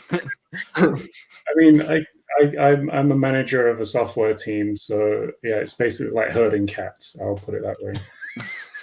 No, they're a great bunch of guys. My team are amazing, and I won't say what we do, but yeah, we do software. It's kind of boring stuff. So, Matt said hello. Thank you for tuning in, mate. And hello also, there, Matt. We've got to throw out a big shout out to Phil. He started his own monthly live stream with Scott Shelf. It's also his birthday, so come on, guys! 3, 2, 1. Happy birthday to you. I didn't think you'd join in. I think we are lagging a bit. It's the lag. Yeah. But his plan is to have Indian food and watch WandaVision. No spoilers for WandaVision. There's not going to be any spoilers from us. So can I just for anyone who is going to watch the latest episode, there is like a 5-second after the credits bit. So maybe just watch the credits this time. Yeah. It's like 5 seconds. It's nothing, like if you have missed it, you won't care. There's nothing to miss. It is there, just as a bit of a, in case you didn't know. But I'm gonna watch that after this stream, though. That is almost an overstep, Adam. I don't even want to know if I should care or not care. Sorry, that was a massive spoiler. Is that too much spoilers? The anticipation itself for a movie or an episode is enough, because Game of Thrones, basically. Oh, this was a bad episode. This was a good episode. I don't even want to know. Okay. I agree with you there, because like everybody's going on about this Luke Skywalker level cameo, and it's like that's all you're waiting for now. Whereas if you hadn't told me, then it would have been that level of cameo. If you tell me, it's not that level. Exactly. So now that you say it's a Luke Skywalker level cameo, all I can think of is Tony Stark showing up. Exactly. I said the same thing today. I was like, the only Luke Skywalker in the MCU is... Although I had a great idea, just hear this out. I don't think this is going to happen, but obviously it's set in this suburban environment. So imagine the last episode, Wanda's like still in the suburban environment. I'm not spoiling anything. Don't worry. I'd punch myself in the face if I spoiled something, which would be fun to watch. And you could see if I've got weak power or a weak chin, like which would win. But last episode, they're still in the suburban environment. Wanda's getting evicted because she can't pay her rent. And then the door opens, and it's Tobey Maguire, and he says, "You'll get your rent when you fix this damn door," and he slams it. I'd be happy. That's the only level of cameo that I'm accepting, because you told me. But no spoilers. No spoilers. I want that to be how it ends. I'm disappointed if it's not that. So you've ruined the show for me. Oh. It's possible, because Tobey Maguire is basically the first MCU movie now, when it's in continuity, thanks to Spider-Man 3. Upcoming Spider-Man 3. What we think about Spider-Man 3, at least. Are any of us not in it, for starters? But I mean, if obviously the Spider-Man 3 movie is going to be affected by WandaVision, and the gates or barriers between universes is going to be open in some way or form. Tobey Maguire stepping into this universe and making a cameo actually is possible. Can you imagine if I'm right? Well, I'm thinking Doctor Strange is a more plausible one. But that would be Luke Skywalker level, not for me. Well, I agree. I'd be like, we guessed that as soon as you said that. People might exaggerate as well. So people are usually exaggerating things just to make things. Sorry. But what I think Luke Skywalker level, I mean, it got to be someone that has been in the franchise longer than the actual. And I mean, because Star Wars has spinned out 1, 2, 3, 4 times now, and then he shows up again. And it would be the same with all the Marvel movies. So Thanos comes back. What if it's Lou Ferrigno Hulk? But that's not. But he's not as respected. But he has already done a cameo. He has already done a cameo. Can you imagine if that's it? Though you're like, Lou fucking Ferrigno. You weren't even a cameo in Pumping Iron, and that was like a film centered around you.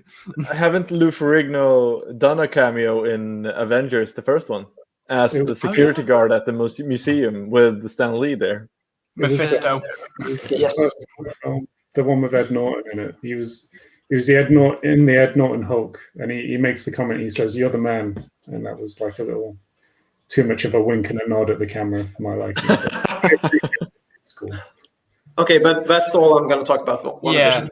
I feel like we might accidentally spoil something, and I don't want to do that for anyone. So I just thought I'd mention it in case, because like there's 7 minutes of credits, a lot of people just turn it off. So I did as soon as I saw 7 minutes. I was like, it was there. So Blackpool kind of described my profession quite nicely there in a comment later on. Oh, well, Matt said he loved the Scandinavian representation here today.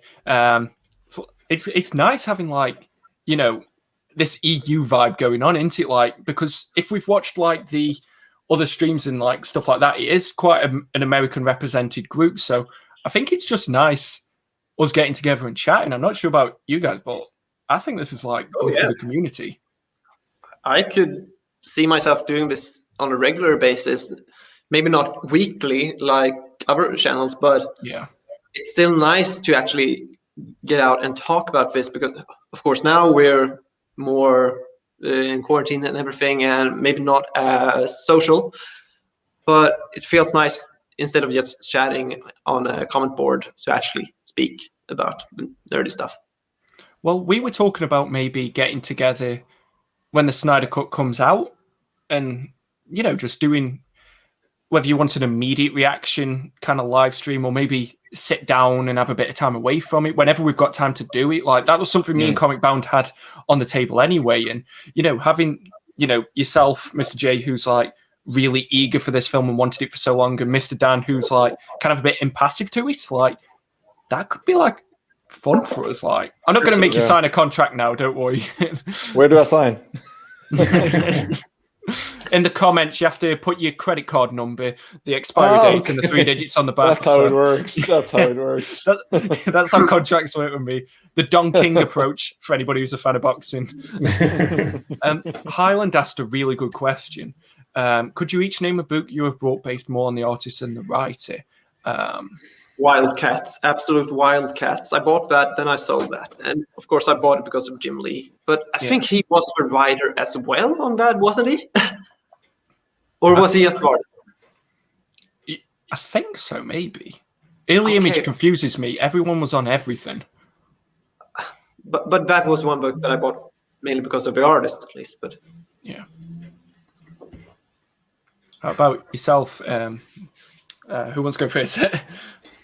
I need a minute to think, because this is a really tough. It's a good question. It's a tough question. Yeah, I mean, a lot of what I buy based on the creative team, not even necessarily the characters in the book, but if there's an interesting creative team, I'll heavily sway my decision. So yeah, I need a minute. Go ahead, Danoh. Because I have the same approach when I kind of try to go into a new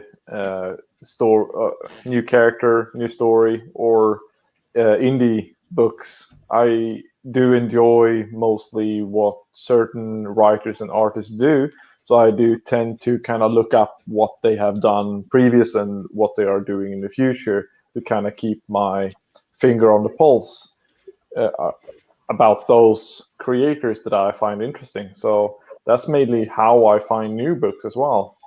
Finding the books that creators that I enjoy have done, not mainly because the story itself sounds interesting. It's mainly the creators themselves that kind of gravitates me to certain books when I decide to pick them up. Yeah, I'm very much the same. But while you've been talking there, I have just thought of one quite good example, I guess, for me. Sandman. Like, I didn't buy that because I knew who Neil Gaiman was, or that that he was a very well-respected writer. And obviously it's the art team, I think, isn't even consistent throughout the whole run, but I just heard it was amazing. And I think whoever recommended it to me, I think it was my best mate. They were right. So that would be a good example of the comic I didn't really know a lot about. I just knew it was good. Or it was supposed to be good, and I loved it. So yeah, Sandman. I'll go with Sandman.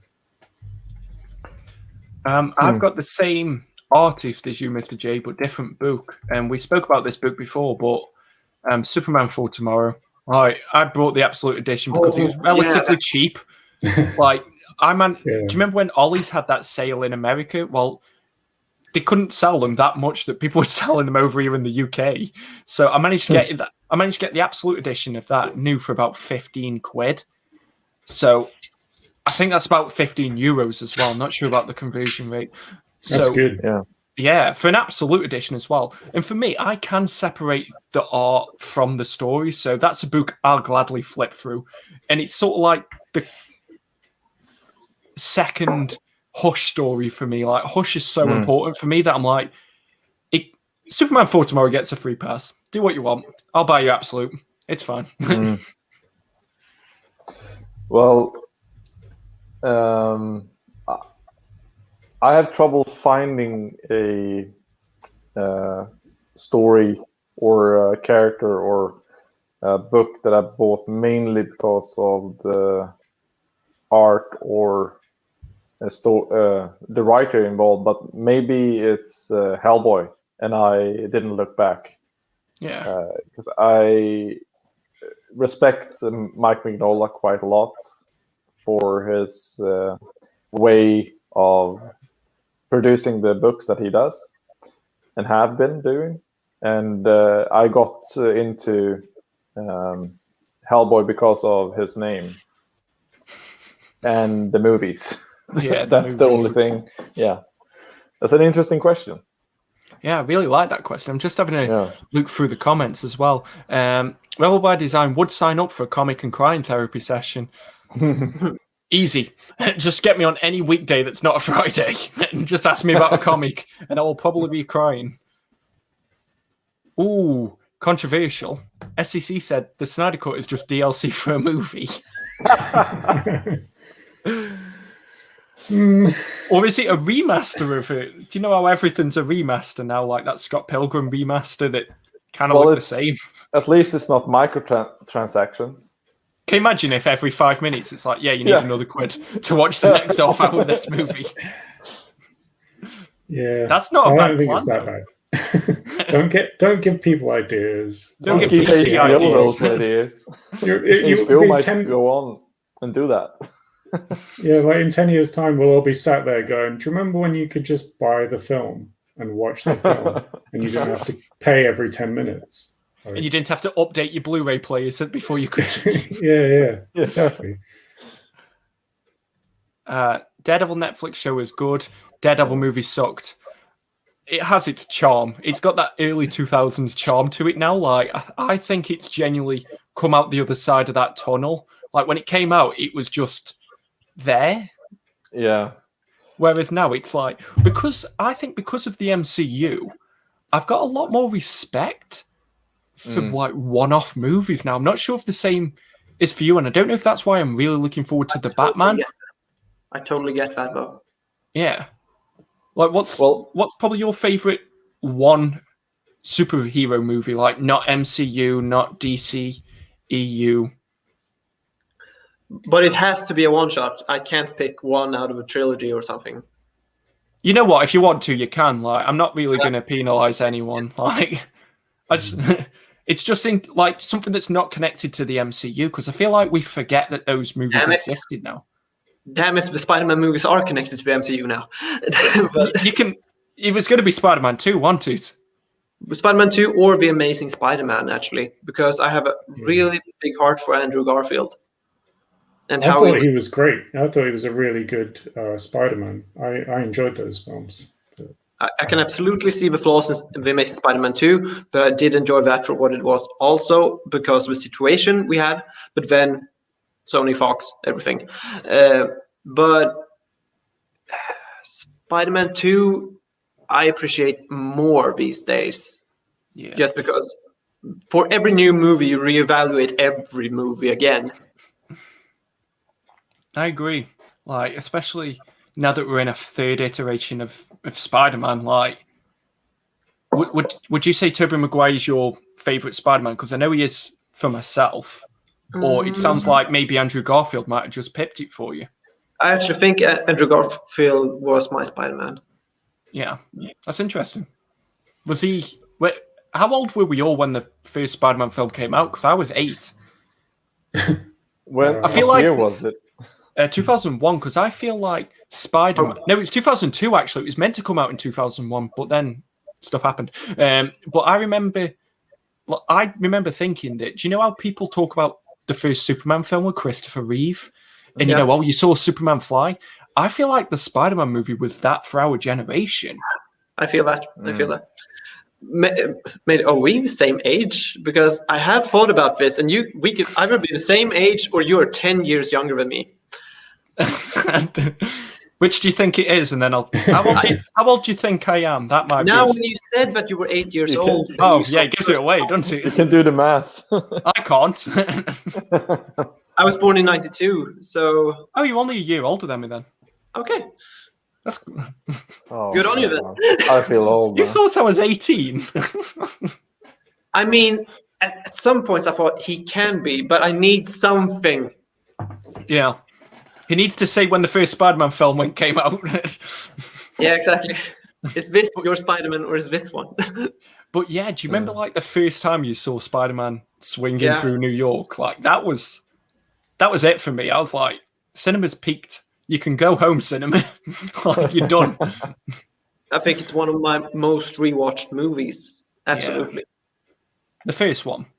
The first one with Tobey Maguire. I remember when the second one came out in cinemas, and I knew it was a great film because I'm an only child, so I had no friends as well because I talked this much when I was a kid as well. So, if not more, so not a lot of people liked me when I was growing up.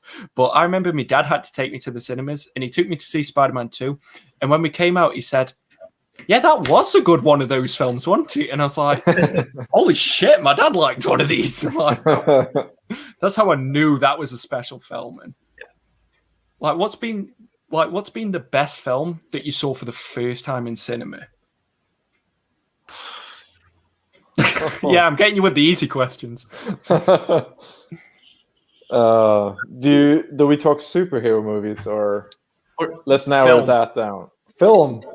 Oh my goodness. I used to be a movie buff before I got into comics. So now you're just a buff.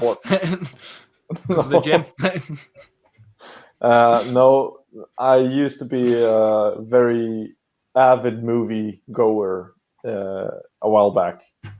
So it's going to be difficult to narrow down a single movie. That's the best one. My whole life right now. I'm not supposed to find an answer there. I'm sorry. Good movie experience is also how the effects and the sound is presented in the theater. It's a different experience when you watch it at home most of the time. Yeah. If you don't have do you have a film that you've seen in the cinema that you think you would have been like robbed of the experience if you'd only seen it on your TV at home? You know, something that has to have been seen in the cinema. I think for me, one of the earliest powerful movie moments was the Jurassic Park movie, the first one. That's one of my early movie memories that kind of resonate with me because the T-Rex kind of roaring when it's standing there in the mud. In the first scene, we get to see that monster, and then when the T-Rex saves the day and such. I was such a big dinosaur fan when I was young, and I'm still a big dinosaur fan. But Jurassic Park is probably one of the most vivid experiences for me as a moviegoer. I have that same experience. I loved that they did a re-release a few years ago here. I don't know if they did it everywhere, but they did it in 3D. And I went to watch it, and it was like being a kid again. I had a grin for like the whole time. It was amazing. That was one of my favorite kind of cinema experiences. Yeah, I think I've seen Jurassic Park in the movies when it was released 3 or 4 times. I pestered my family to go watch it again and again and again, and they gave in. And I'm so happy that I got the opportunity to watch it in the theater so many times. It's such a great experience. How about you guys? Sorry? I finally got my answer. If you don't count the Spider-Man, but it wasn't really bad experience. But I was going to talk about Captain America first, Winter Soldier. I was alone in the cinema for that day, so that was good. And it was a hockey day. And I also remember the experience of watching Captain America: Civil War together with Daniel on a what it was IMAX, right? IMAX cinema. That's right. That was my first IMAX cinema experience. And then halfway through the movie, Daniel stretched over to me and says, "Dude, sorry, I already watched this. I'm sorry, I didn't tell you."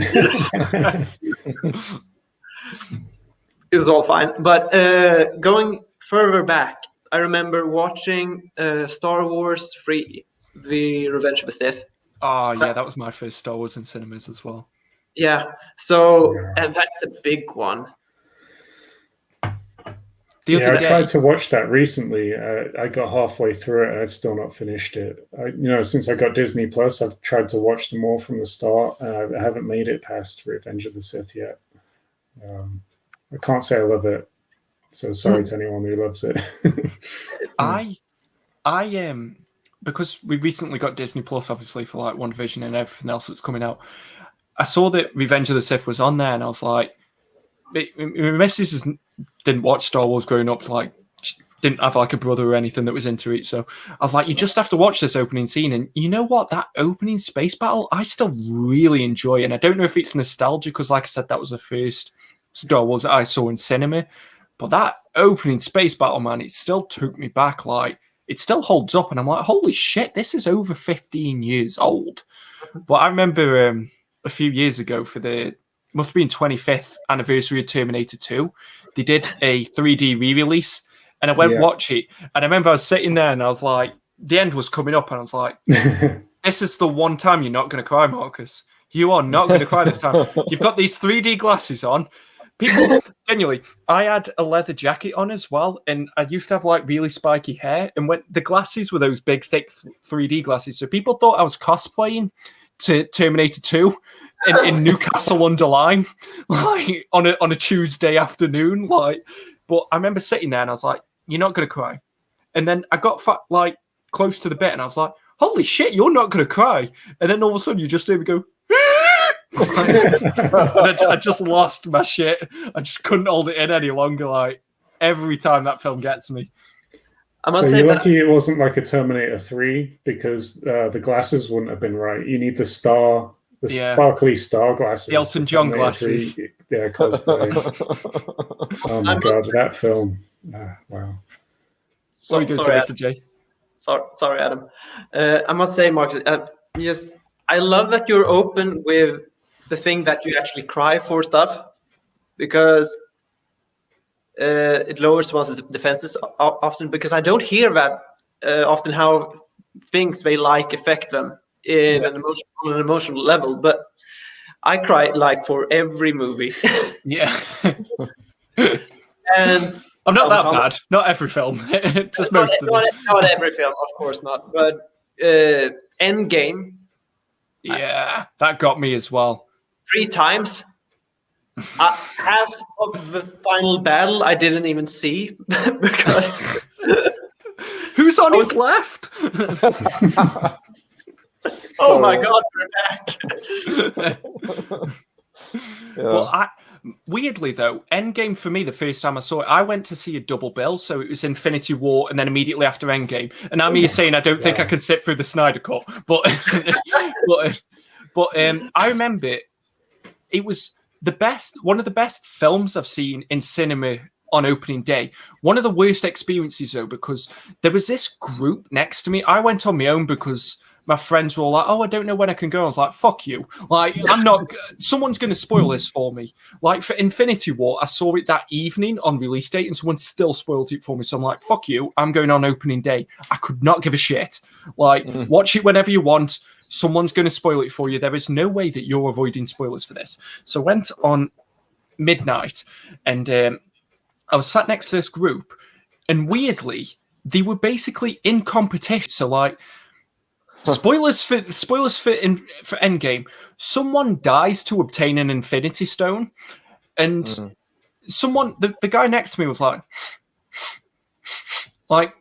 doing it audibly, and then the guy next to him went, and then they got into this weird fucking crying battle, and I'm there like, I don't want any part of this. Like, I'm good. Spoil the film for me. I'm good. I don't want whatever this weird crying party is. So then when I got a bit I got a bit choked up in the end battle, but at the same time I was like, do it for fucking Captain America. Pull yourself together, Marcus. Like, he needs you right now. He needs your support.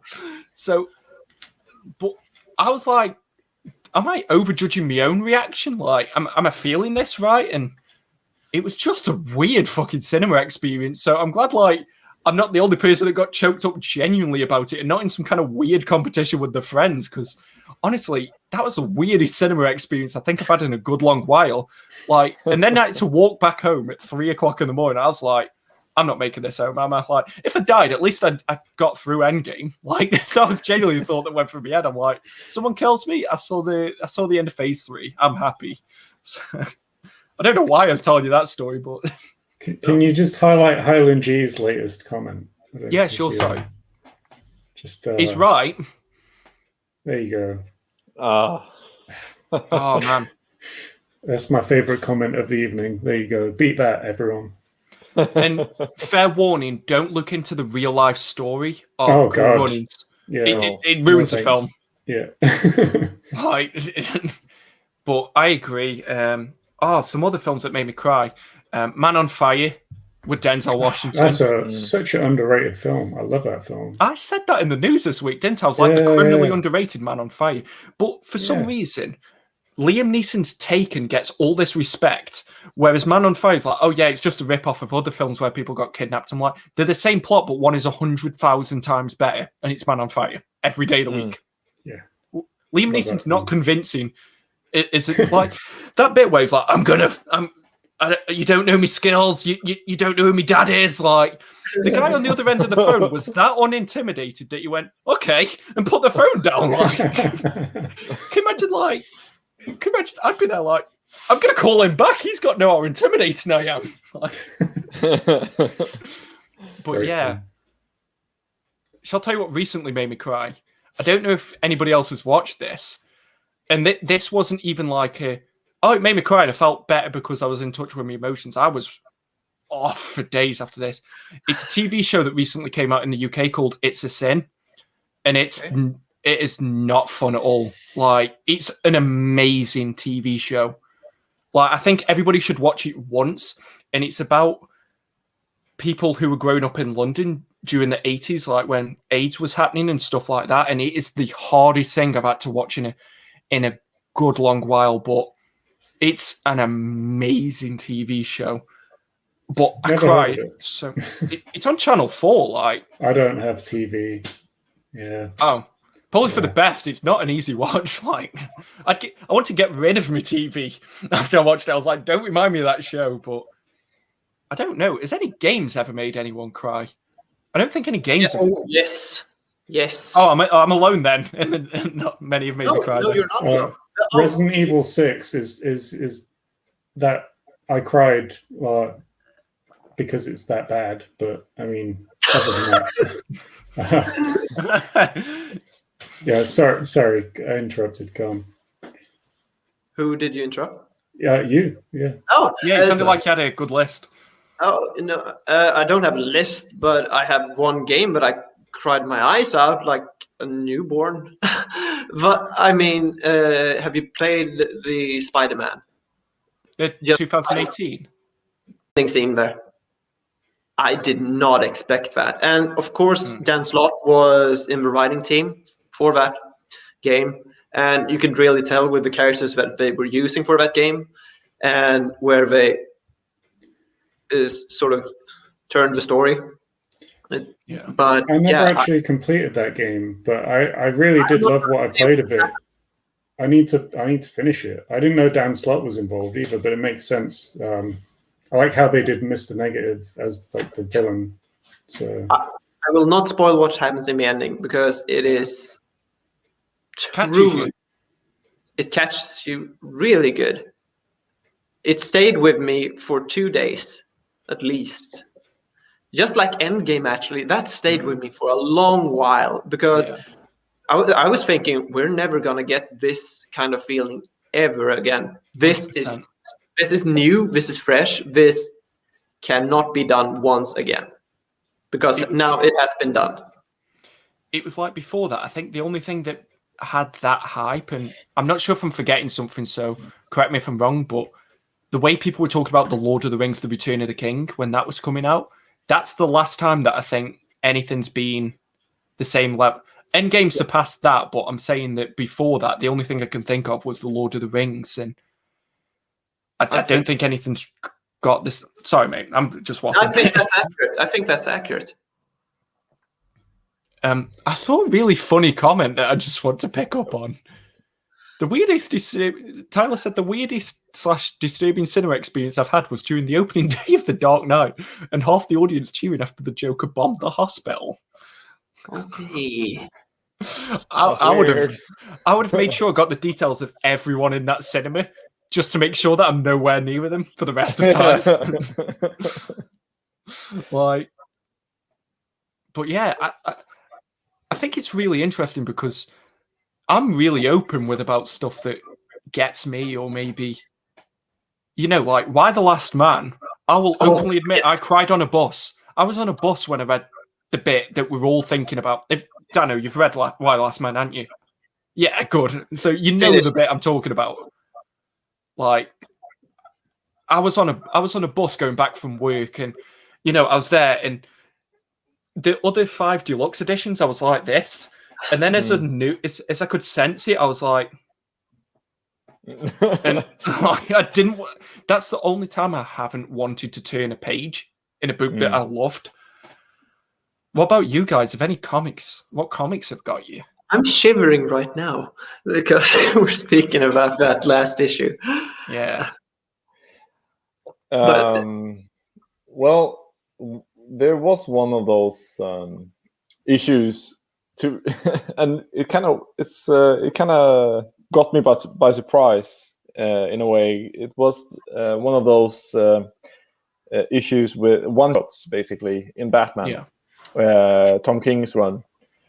I loved his annual. I think it was number 3, where he explores how Bruce Wayne and Selina Kyle has this full life together, or was it annual number 2?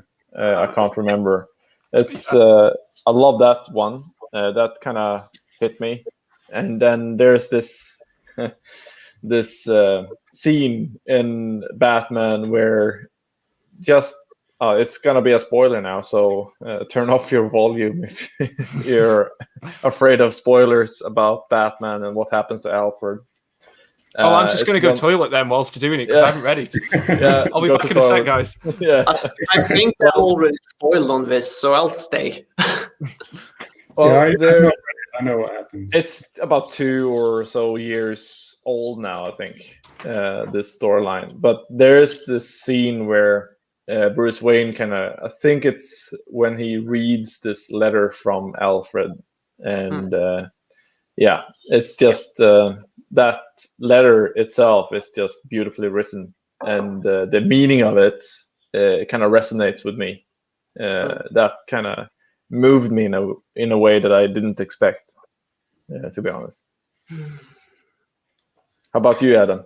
For me, I mean, not to sound like a copycat or anything, but it was Why the Last Man as well. That was my first time I ever felt like I don't think I full on cried, but I was holding it all back, like, actively. So well, I haven't probably never cried at the end of a video game. It's mostly because I'm relieved that I actually finished it. So I'm just happy most of the time, regardless of what happens in the story. It's just I'm happy that I finished that game, so I can move on to the next one. Down. And what's next in the shame pile? Or the pile of shame of never finished video games. Pile, actually. Sorry, am I safe? Yeah, you're safe. You are safe. Yeah, okay, good. Safe. Just don't watch the stream back. What to say? Just don't watch the stream later on. If you ever watch yourself talk. I'll edit it out of the own replay. If I'm not in it, it doesn't go up. I'll be a diva about it. But yeah, like, genuinely, I don't know why people are so hesitant to say about stuff that got to them on an emotional level. Like, we're humans at the end of the day. Like, that's what entertainment's for. It's supposed to let us reflect. So There's some dumb shit that's made me cry over in the past, though. Like, I'm going to have to fucking tell you now, aren't I? But I cried at a Nicorette advert once, like for Nicorette patches. It really just got me. It was a 30-second advert, and I ended up in tears. I was like, this guy. I don't even smoke, so I don't know why I was upset. Like, but it really fucked me up. And are any of you into UFC or anything like that? I don't even know what that stands for. Ultimate Fighting Championship. Oh God, no. Well, there's a champion, Khabib Nurmagomedov, and his dad was his head coach, and he died just before his upcoming fight. And they made this animation. It's 3 minutes long, and it's like the beginning of Up. Like, do you know the Disney movie? Yeah. Can't do it. Well, that first 10 minutes in Up gets me every time. I've seen it so many times, but it still gets me the same way each time. And I'm prepared. I watch it, and then damn it, damn you for hitting me in the gut like that again and again and again. Do any of you do that thing though? Because like the one thing that really gets me is like pets, like dogs, because obviously I lost my dog 4 years ago on Valentine's Day. So I know. And then 2 days later, the Mad Dog was born. So, you know, shit happens. But is that why you took that name? It's depends how deep you really want to get into that. Like, I've never really told this story let's to anybody. go into the psychology of Mad Dog Comics. No. No.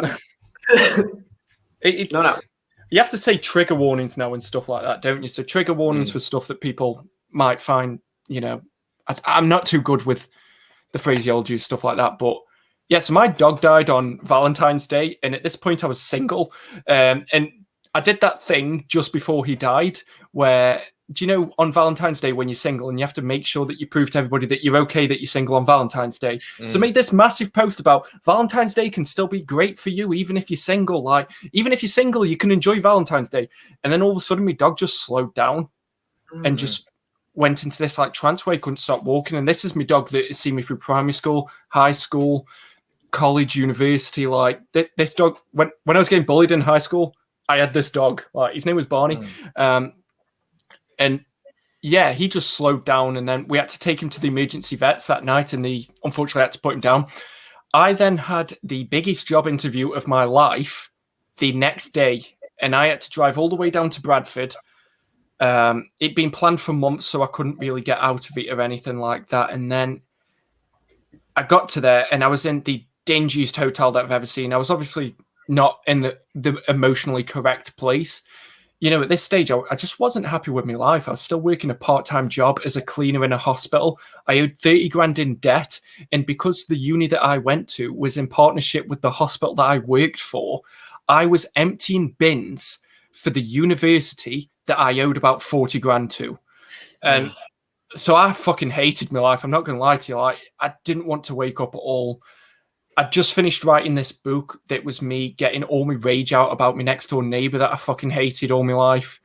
And I was trying to get that published and it just wasn't going anywhere and I couldn't work it out or anything like that. I just couldn't figure this story out. And I was like, but you've got this job interview. Everything's going to go great. Barney died. I still had to drive down to the interview and I stayed in this awful hotel. I was in a proper wreck and I still went to the interview and the interview was shit. It was for Morrison's, the supermarket. I'm going to say the name. They didn't employ me. It's for Morrison's, the supermarket. And it was the most condescending interview I've ever been to. Like, the most nitpicky and just the last thing that I needed when I was, you know, upset that my dog had died. And I remember he was escorting me out the building, the dude who did my interview. And I naturally just go, see you later. So I went, see you later, mate. And he went, pfft. Like, I know. And I was in Bradford, so it's 2 hours away from home. I was in somewhere I wasn't familiar with. I just didn't feel comfortable. And I remember I was driving back and I pulled into a service station and I had, because obviously I used to go to pre-drinking with all my friends and stuff like that, I remember I pulled into this service station and I had a bottle of vodka in my car that was just left over, and 2 boxes of painkillers that I just had because they're always convenient to have. And I was just like, I didn't want to die. I just didn't want to live. Like, I don't know if that makes sense. Like, I didn't want to die. I just couldn't be bothered to go back home, still be a failure, still looking at my, house where my dog used to be, and, still in this dead-end job with a degree that's gone nowhere. And I just fucking hated my life. And I was sitting there and I was like, I don't want to do this anymore. I don't want to have to be me for another second. Like, it still sucks to kind of talk about it now, but you're out the other side. And I was 23. I was still living with my mum and dad. Like, literally, I just felt like I was going nowhere at all, and I just didn't want to put up with it. And I remember I took 2 of the painkillers, and then I took 2 more. And I didn't really want to drink the vodka. Like, that was the bit that I didn't want to drink it straight. Like, I could drink it with a mixer any time of the week. And all of a sudden, something inside of me just went, "You fucking bitch." Like, that's what it said. Like, something inside of me was just like, "You fucking bitch. Like, you're going to end this because you're not winning." I don't know what it was that was talking to me, but that was the mad dog. That, like, it's a part inside my head that when I don't like Marcus at all. He's not a great guy. He's a pushover. He's weak. He was the guy who got bullied in school. He's got scars all over his back because he got dragged across gravel because he couldn't be bothered to stand up for himself. I don't like Marcus at all. So the mad dog then spoke to me, and all of a sudden, there was this thing inside of me that was just telling me, like, you don't get to tap out now. You don't get to give up now. You don't get to give up at the bottom. If you really want to give up, make sure you've succeeded first and see if you still don't like your life when you've succeeded. And I sat in my car for about 3 hours. I didn't drink any of the vodka, so I didn't drive back home or anything like that. But I just sat there and cried. And I was like, I can't quit now. I can't just... I haven't done anything to warrant quitting. I haven't tried my best. Like I've said before, fail because you're shit, not because you're lazy. Do absolutely everything within your wheelhouse until you say that you aren't willing to do it. Until you say you aren't ready to be who you want to be, do what you want to do. So I went back home and I was like, you know what? My life's shit at the minute, but it could be worse. There's always somebody that's in a worse situation than you. So I then just went and I was like, attack everything that you do with 100% conviction. The Mad Dog isn't about being an arsehole. And I feel like when people hear Mad Dog, they think it's like a fighting thing. It's about resilience. Like, have you ever seen a mad dog? Have you ever seen a dog that just is focused on one thing? It doesn't care if it's the biggest dog. It doesn't care if it's the top dog. It doesn't care if it's the front of the pack. It's going to do whatever it fucking wants to do to get exactly where it wants to be. And I think that's what woke up inside of me that day. And ever since that day, anytime I felt down, the mad dog comes out. He woofs at me. He woof woof. And then all of a sudden, I'm like, yeah, shit, I can do this. So whether it's a video, 100% into it. Whether it's my book, 100% goes into it. Whether it's a conversation with you guys right now, I'm 100% invested in getting to know you guys. Yeah, I've talked for about 20 minutes solid now, but I'm 100% invested in this connection that I'm building with all you guys. With my relationship with my girlfriend, yeah, all relationships have the rough patches. All relationships have the bits where you want to give up and you want to quit. I've got a beautiful girlfriend in there. Yeah, some of you still think she's imaginary, but but you know what? I'm not going to give up ever until I've succeeded. If when I succeed at whatever it is that I want to do, it's retiring my mum and dad. That's what I want to do. If I succeed and I still think I need to tap out, I've done everything that I needed to do, and I can go peacefully. Like, I've survived 4 years longer than I should have done, because I should have, with the way that I was thinking, I shouldn't be here now, but I am. So I'm going to milk the fucking shit out of every fucking opportunity that's presented to me, and I'm going to do the best I can. And that's why I'm the mad dog, and that's why anybody fucking else watching this, you three are mad dogs. You may not know it, but you fucking are, okay? Everybody that's in the comment section can be a mad dog. So that's what it's about. I'll drink to that. Cheers. Cheers. But just after that Yeah, how'd you carry on the conversation now? I fucked it, hadn't I? I feel like I need to say though, like, I think out of that story, I connect with Marcus over the Mad Dog. So don't put yourself down, man. Like we've all been there.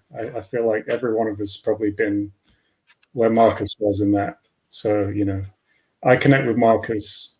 You're a great guy, man, and just don't ever think anything otherwise. So here's to you. Cheers, dude. It's good feeling good to talk about it because I know like everybody's going through their own stories as well. I'm not any kind of like professional, so I don't know if anybody talking to me would do anything of benefit. But you have everything in your wheelhouse, like I said, to be exactly who you want to be. You can find a way around any obstacle in your life. If you are good enough, I think is what I'm trying to say. You can do amazing things if you take the step back, kind of like in boxing. You take the step back, you establish your jab, go in with the right hook, and then you're going to win. If you just rush in, you're probably going to get knocked out. Life's going to knock you out if you leave yourself open. So, I don't know. I didn't intend to become a shit motivational speaker. Does anybody want to say anything? Because I feel a bit weird now.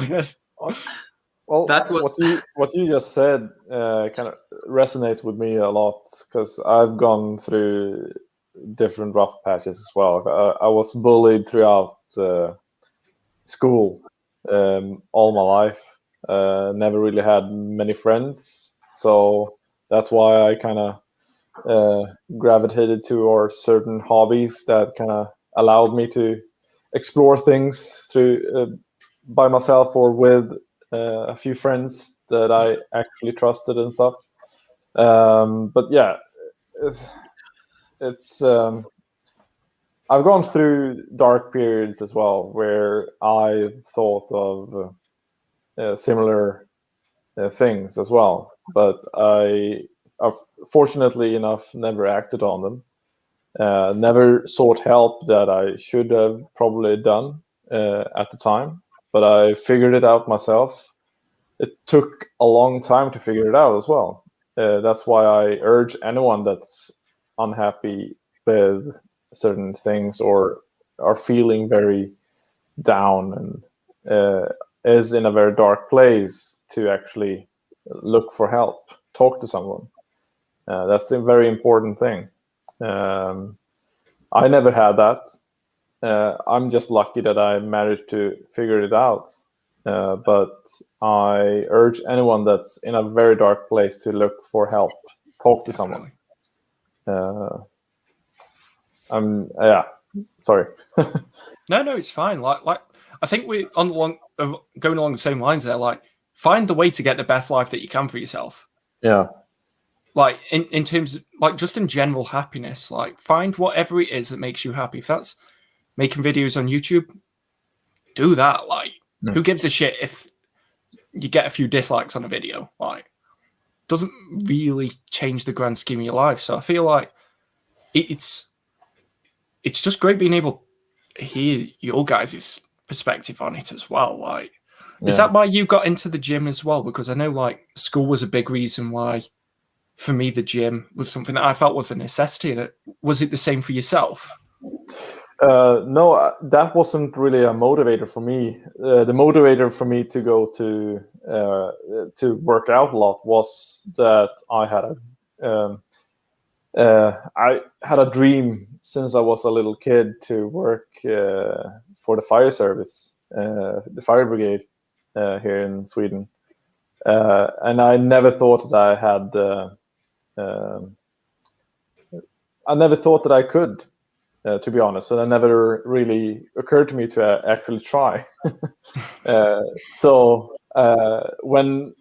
then I just thought, fuck it, I'll just have to give it a try because I will regret it for the rest of my life if I don't. So I just got into that mindset that I'm gonna make this a reality in the future, and I applied to school and got into the program.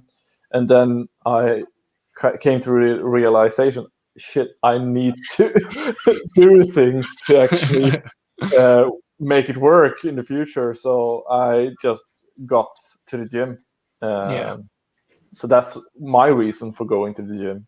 And now I'm trying to get to that motivational space again to go to the gym, because this pandemic has kind of affected me in a way that I don't want to go there, to be honest, because people that are there aren't really respectful about giving people space and cleaning up after themselves. So I'm taking a bit of a break from there at the moment. Yeah.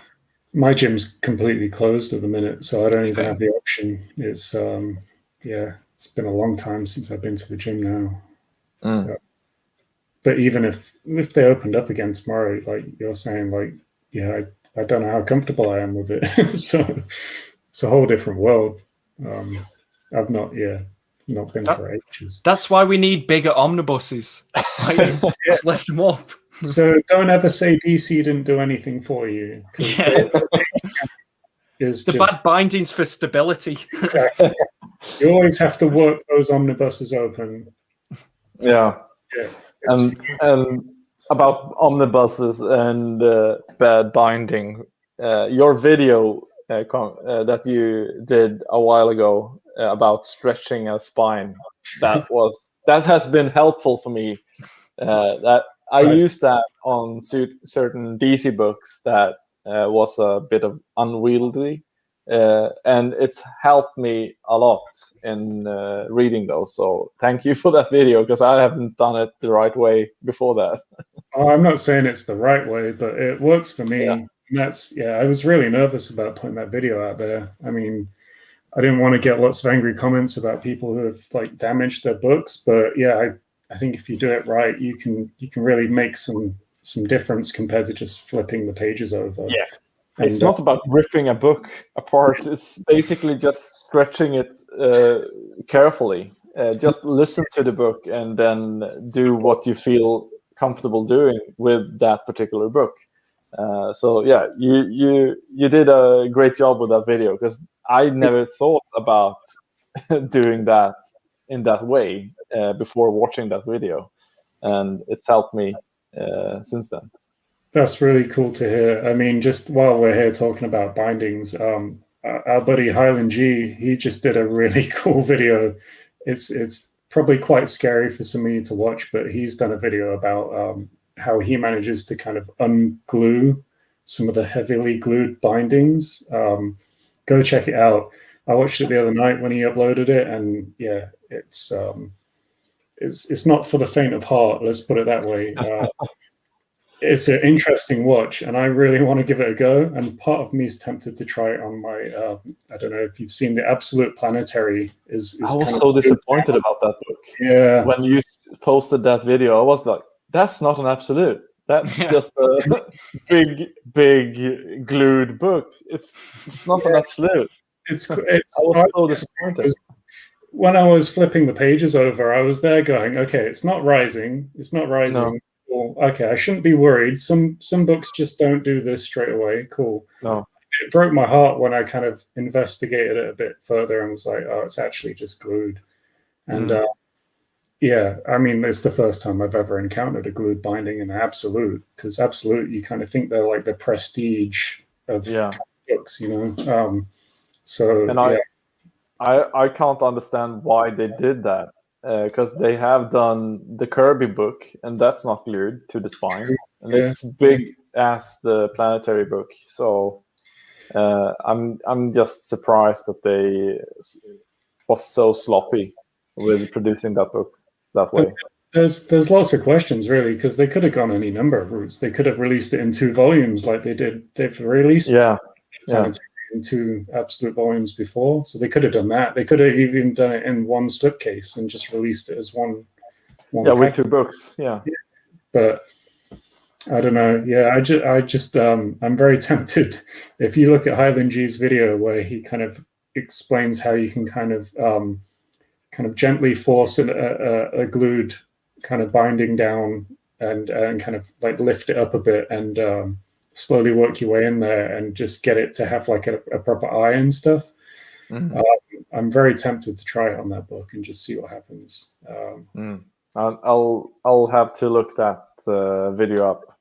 There's his channel, just so you Yeah, there you go. Nice one, Highland G. And yeah, just massive props to you for putting that video out. It takes some balls, really, because yeah, I know how it feels to put a video out about kind of doing weird stuff to your expensive books. So it's a constant source of paranoia for me that one day I get some angry comment in that video I put out, like, "Oh, I ruined my book because you said it was fine." Like, sorry, you know. But I haven't got one yet, thankfully. So I just want to say that your cat was really cute, by the way. Yeah. I feel like the cat deserves some recognition. Like, Yeah, that's weekly. Thank you. And thank you for earlier, Marcus, when you spoke out about your history. I mean, we need to talk, just you and me, sometime. Not only about that, but if you didn't, I had to leave at one point. I'm sorry about that. Like, that's why I said, like, do you want to get deep into this? Because I don't know. This is the first episode of Comics and Crying. Yeah. But yeah, I don't know. The thing is, I think the best thing that you can do is just be honest with yourself. And but we'll I'm happy where I am now. Like, sorry, mate. Good. No, that's good. We have to up this. We can't end with those stories. Yeah, I was going to have a question that sort of segued into it, because I was like, how the fuck am I going to help like this conversation go back to a bit more lighthearted? But is there a comic character that, if you've got a better question, go for it. But is there a comic character that you've resonated with really well in the past couple of years? No, I don't think so. Oh, okay. Moving on. No, but what I was thinking about earlier was this is just like in a stand-up comedy when you're actually starting to skip the jokes and then actually name something real. Then you got to get your audience back again to the jokes, and they don't dare to laugh because they don't know if you're serious still. Yeah. Jokes. No, it's all good now. Like I said, everything's a learning curve as well. So. But like, let's think well, about your really... question, it's this one for me then. Yes. That's the character that resonates with me. A lying cat. Lying cat. Yeah. Because that's what I want to say to everyone that I feel is lying to me. So, lying. Sort of more like a cynical cat. Yeah. Anybody else got a character that made them go? I know it's a difficult question. I was trying my best to be like, how can I seg this back into comics? For whatever you answer, you sound like you're thinking so much of yourself. I mean, I feel like Bruce Wayne sometimes. I feel that I would do better if I had more, and it sounds so pretentious. Yeah, I've tried. I don't know. Has anybody got? Actually, this is a better one. Thanks for saving the day. Because favorite comic weapon. Ooh. I've got one. Mr. Freeze's gun. I'd get so much use out of that. I've got a cop Drink's gone cold.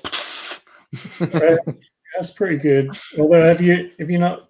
You can wrap something in a wet paper towel, put it in the freezer. I did it the other day for the first time. It actually works. It's amazing. If you ever want a really cold beer really quickly, yeah, recommend it. I appreciate the tip, but I'd prefer a freeze gun. Fair enough. I mean, that's more useful. I'm going to have a cop-out answer and just go with the fact that there are Star Wars comic books, and I've always wanted a lightsaber. Yeah. As long as it's green, because I always want a green lightsaber. There we go. That's my answer.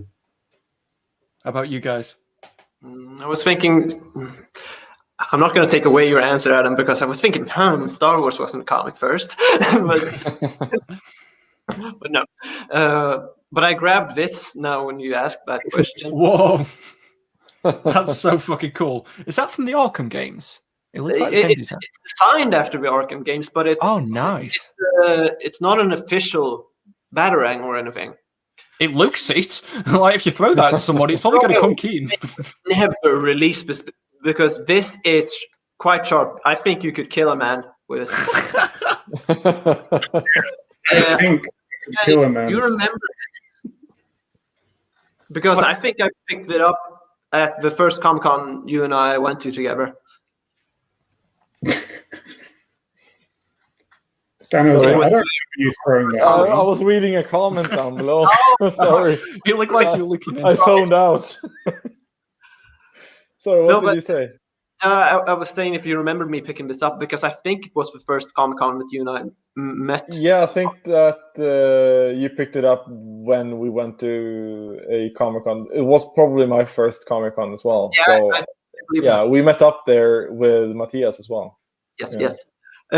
That's over 6 years ago now. I think so, yeah. Yeah, but it's genuine metal and everything except for the middle part here. That made a good noise. I mean, it's not hollow or anything. Be real with us. How far have you thrown it? Like, we know you've probably thrown. I've never done that. Done it? No, because I've always had it at home, and I live in an apartment. I mean, where am I going to throw it? Right into a sofa? Well, if you see a spider on your wall. Yeah, exactly. But I should really try it. But it would have to be like somewhere where I know that there wouldn't be anyone around, because this is really dangerous. And Batman doesn't kill, so. I mean. We have a question about your cat, just real quick, just before I forget. Did you say your cat was called Weekly because it makes Zelos think of Blacksad? Oh, no, Wheatley. Oh, Wheatley. Oh. From, let's see, what game franchise was it? It wasn't me who named him. Actually, it was my ex. I think it's from a Portal. Portal. Yeah. Yes. Yeah, I think so, yeah. Portal 2. Yeah. I'm going to put this away now. I saw another really good question here. What are your favorite omnibuses, like your number one? And it seems like it's from any company. So who wants to go first? I'll pick this up now. Well, for me, I would say Sleeper Omnibus so far, at least. It's one. That's of a my whale favorite. now. Yeah, it's probably my favorite so far. Yeah. Maybe Gotham Central. One of those two. Yeah. Brubaker fan. Mostly it's Brubaker's one and done. One book and then it's done. So you don't have to worry about it. That was a video I was planning on doing, like top 10 best one and done omnibuses. Ah. So now it's going to sound like I just got the idea from here. Yeah. Knowing me, it'll take me 8 months to do it anyway, so you've got more than enough time. Oh, it would take me 2 years then. How about you, Adam? Yourself, Adam? For me, I think maybe I've got to go with my first ever omnibus that I ever got was Astonishing X-Men. Solid run, solid book. Say what you want about the creator, he might be a knobhead, but yeah. Well, that is a good story. I read that, and I had no previous experience with reading much X-Men. I had only the 3 movies, X 1, 2, 3, before I read that one, and I really enjoyed it. Even though I didn't really know what happened before it or other stories around it, I just enjoyed the story for what it was, and the artwork was great as well. Yeah, that John Cassidy art. And I'm glad that the art stayed consistent throughout, because normally with runs like that, you get like I'm reading the Batman by Peter J. Tomasi omnibus at the minute. The art's phenomenal when it's Patrick Gleason, but then occasionally you just get a weird fill-in, and I'm like, like it kind of slows the pace down, even though the story's still ongoing. So, I mean, there was a massive delay, wasn't there? I think was it issue 25 of Astonishing X-Men took like a year or something to come out, but yeah, it was worth the wait, because then you still get John Cassidy doing the artwork for it. I'd much rather have a delay than some kind of fill-in. Yeah. And that's why I say anyone who's mad about the fact that the Saga book has took a long time off, I'm just like, I don't care how long they take off, as long as Fiona Staples is drawing it still. I'm good with it. Like, I like consistency. So, how about you, Mr. J? What's your favorite omnibus? Yeah, I was torn a bit about it, but I was thinking that I've had this longer and in several formats. So I grabbed the Infinite Crisis omnibus. Oh, nice. Is that the second edition? This is the second printing. Yeah. And I did used to have the first printing. It was one of my whales that I caught years ago. And I believed I paid over almost double the price for what this is worth. So I've above had, cover price. I am not innocent when it comes to overpaying for books. And then get a DC reprint announcement some years later. But I just want to say bye to Tim real quick. Thank you for tuning in, mate. Yeah. Sorry, I just want to make sure I could say bye to him. Oh, it's okay. But this has stayed with me for so many incarnations also, this story. I've had it in trade paperback, standard size, hardcover V, absolute edition, 2 times omnibus. Yeah. So this story has never... I've never felt that it lost anything with it being reread all those times. I just love it even more. I've got the 2020 edition, but I prefer that cover. 100% prefer the Jim Lee cover. Yeah. So you've got the best edition, in my opinion. Yeah, it holds up pretty well. Comic Bound spotted a comment that it's quite big news. The Spawn expanded universe. Scott, by the way, shout out to you, Scott. How you doing? Yeah, thank you for tuning in, Scott. I like your Punisher mug as well in your picture. But yeah, I haven't read too much into this, but there's like 4 new Spawn titles, or is it 3 and just Spawn still going on? Like Spawn ongoing, and then 3 other titles. Yeah, I mean, there was a lot of kind of build up. Todd McFarlane was kind of saying, "Oh, this is like the biggest news ever since." 1, he founded Image Comics.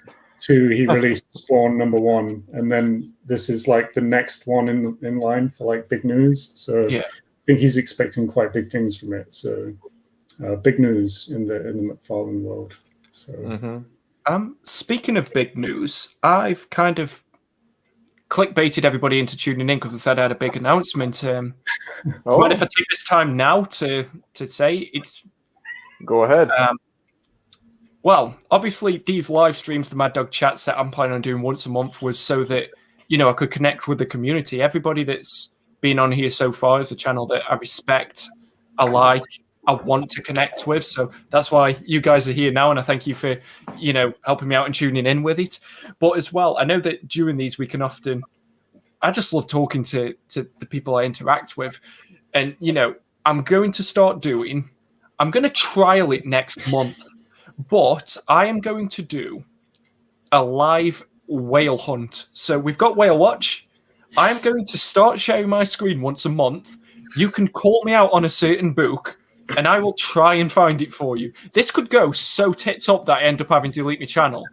But obviously, I know that a lot of people are tuning in, and maybe I don't get to give you guys the attention with the comments. I just love the people that I bring onto my MDCs. Like, I love all you guys. Like, thank you for tuning in. And this isn't just the alcohol talking, so it's genuine. But yeah, I want to still be able to connect with you guys. So I'm not sure on the date, but next month there is going to be an MDC 4, which is going to be March the 12th. And there's also going to be a live whale hunt that you guys can all tune into. There's still going to be Whale Watch. It's not even replacing a video. It's an additional. Like I said, I'm just more work for me. I don't mind. So I'm not sure when it's going to be, but hopefully all you guys will tune in because I love the support that you've all shown for this channel. So that was the big announcement. That was the Luke Skywalker level cameo in the video. So yeah, that sounds fun. Nice. Hopefully I'm like, this could go so fucking wrong. Couldn't it? You're not going to buy an actual book. You're just going to see if you can find it for them.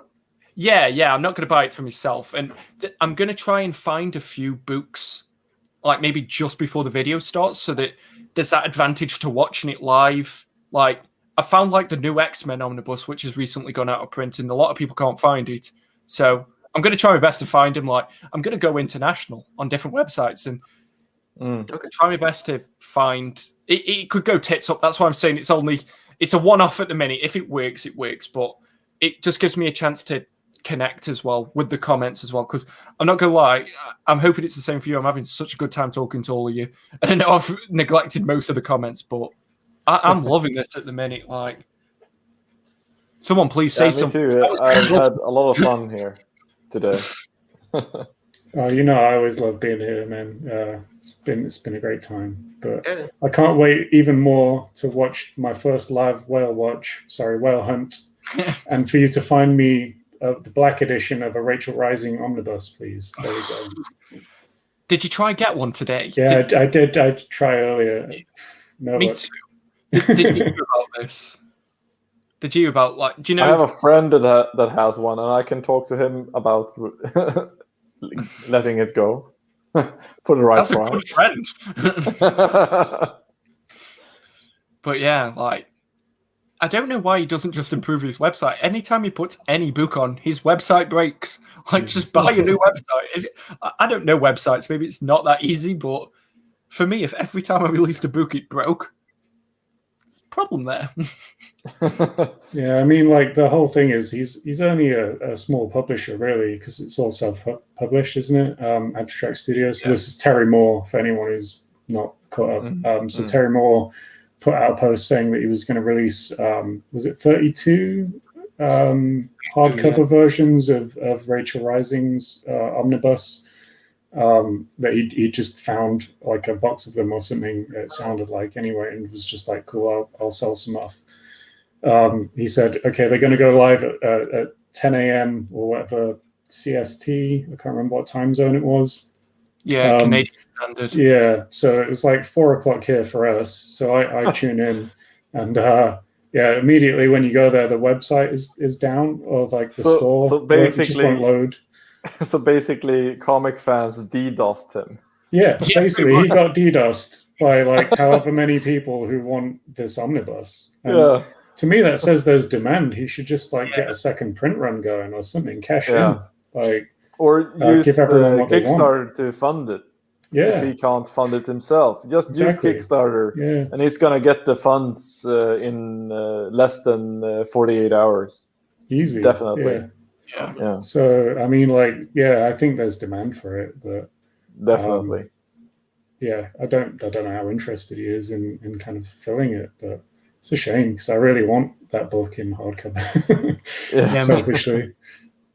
I was just going to say, do you really want the black edition, or are you? I don't care what edition. I just that was the like, because I think people are listing it as like 500 quid on eBay at the minute. It's like, what? You having a laugh? Maybe I should sell mine.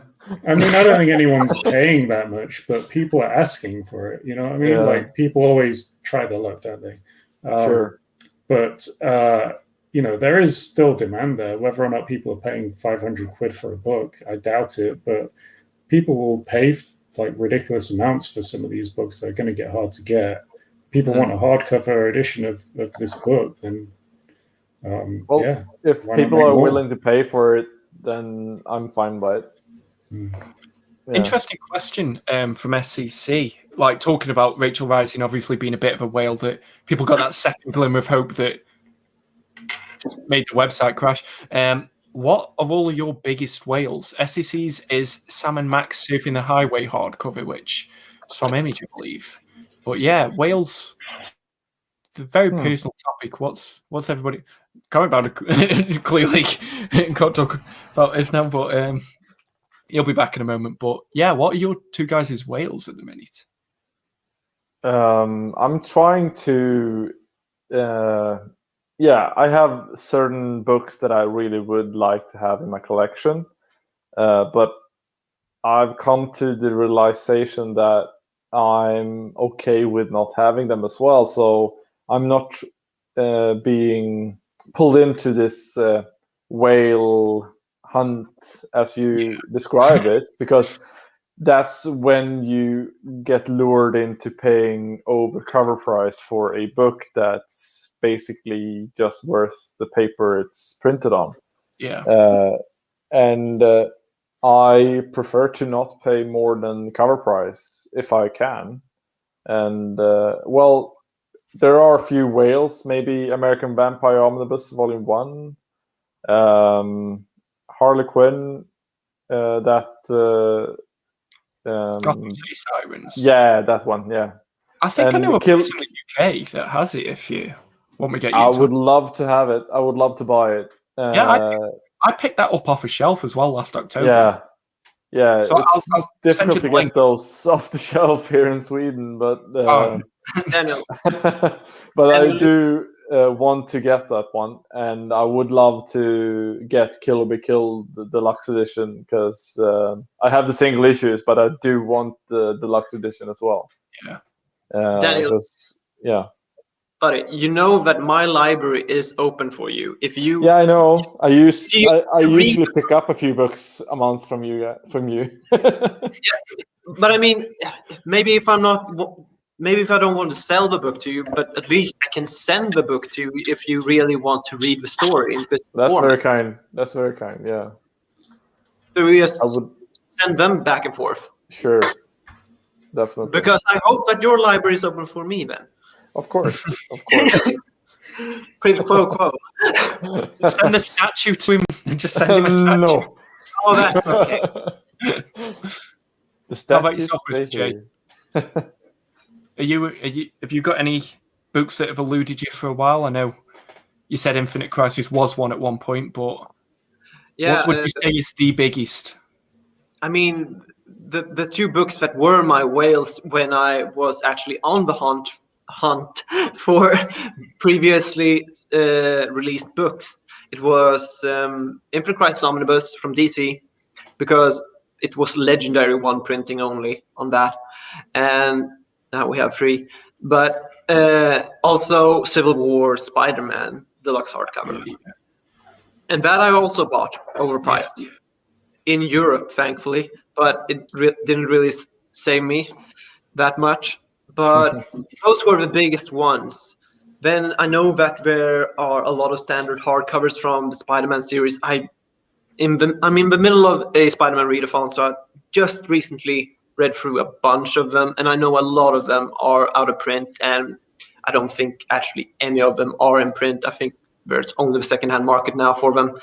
Even the paperbacks are out of print now. So we seriously need that Spidey Brain Trust and Dan Slott Spider-Man Omnibus now. I agree. I've been after a Dan Slott Omnibus for a long time. Like, I really hope they do it, because that's kind of like my favorite. That's my Spider-Man run. That's where I came into Spider-Man with. So, as you see, I'll contact you later.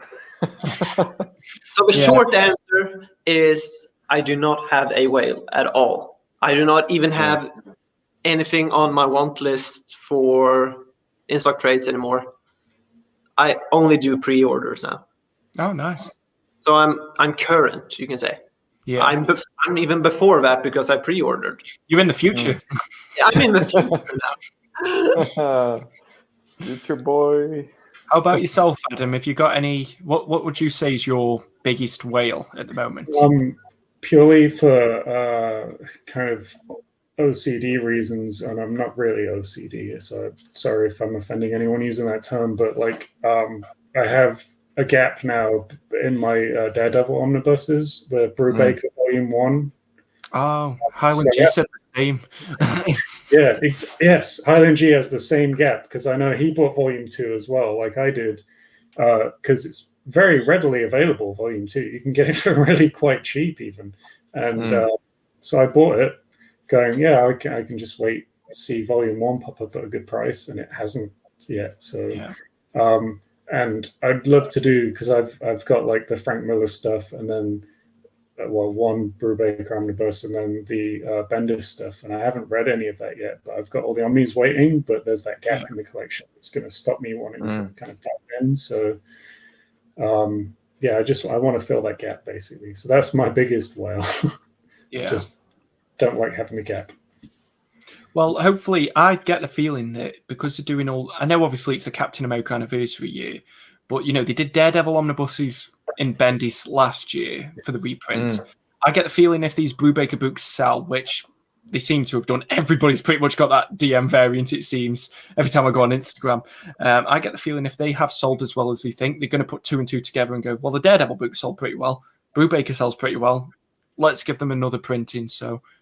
Hopefully, that would be the third printing in that case.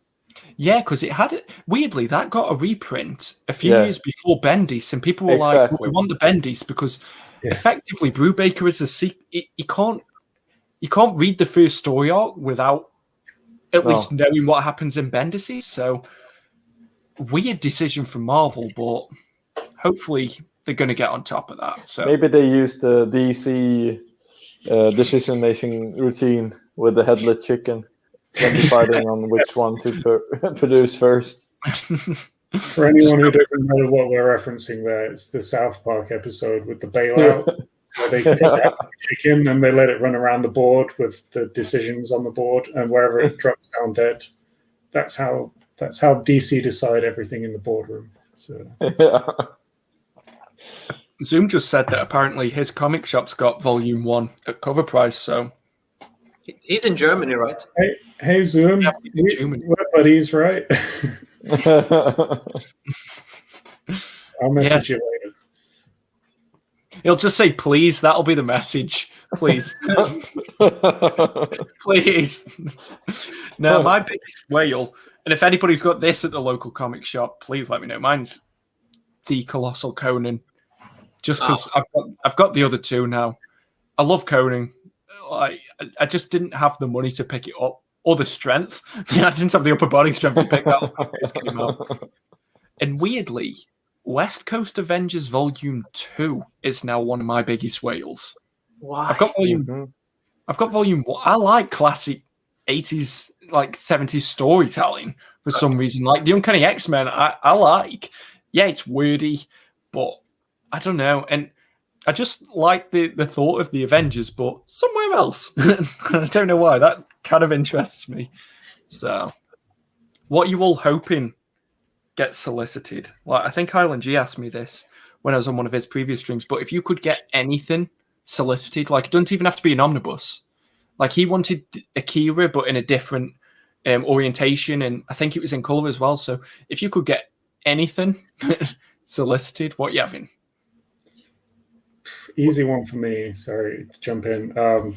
Dan Slott Brand New Day Spider-Man, Dan Slott Spider-Man, Superior Spider-Man, all that, and Jason Aaron's Thor. So, if you could only get one of them, though, what are you choosing? I mean, I should choose Thor because I haven't read the end of it yet. There's more unread in that Thor run than the Spider-Man run because I've read most of the Spider-Man run apart from the very end. But I'll probably still go Spider-Man for comfort value. So, yeah, Spider-Man. Nice. I'd probably say I haven't read a Thor issue by Jason Aaron, but I hear so many great things that I want to explore that universe that he created there.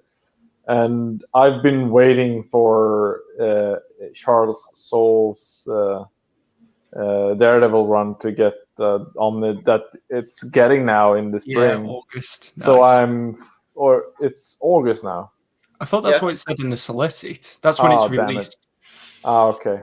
No, I'm just bearing bad news today, aren't I? Yeah, you are. Well, I'll have to wait till August then. But yeah, I would love to get Jason Aaron's run on Thor in an omnibus form, but I didn't get War of Realms, so I probably should have gotten that when it was released, because that went out of print too fast for me to even blink. Yeah. How about yourself, Mr. J? Yeah, everything Adam said. And but I mean, most of those books, every book you mentioned, Adam, I think is a given, isn't it? I mean, it's a sure thing. it's a short for definite. Like, why would they print War of the Realms and not want to capitalize on the like? It just doesn't make sense to me. But so I agree there. I mean, some year has to be Spider-Man year also. I mean, his 50th or 60th anniversary must be soon also. Next year, I think, yeah. There you go. And we also have a movie then. I think we're going to see a lot more Spider-Man stuff. Yeah. And but since all of those omnibus are a given, I was thinking about something that surely is not. And I was thinking about my thicker Batman trades that I have. And have any of you ever read Batman War Games? A few issues, but not. I could only find a few issues. I had to hunt them down in back issue bins, but I could only find like 4 issues of it. So I've read about 4 issues of War Games. Okay, because it's 2 thick paperbacks, so it would make for one nice, sleek omnibus. It wouldn't be thicker, more so than the Grant Morrison omnibus, any of those volumes, I think. And it's a Stephanie Brown story arc, basically. Maybe not her finest, but I do like what they take that character in that story arc and everything. I remember having a smaller kind of Batman readathon, and then I came to those books, and they surprised me on how intriguing I found the story. So it's always nice when you don't think of anything special about the book, then actually gets that out of you. So I think that book, because that would never, or probably won't happen. Well, you never know. Oh, people probably would have said the same about Legion 5 years later.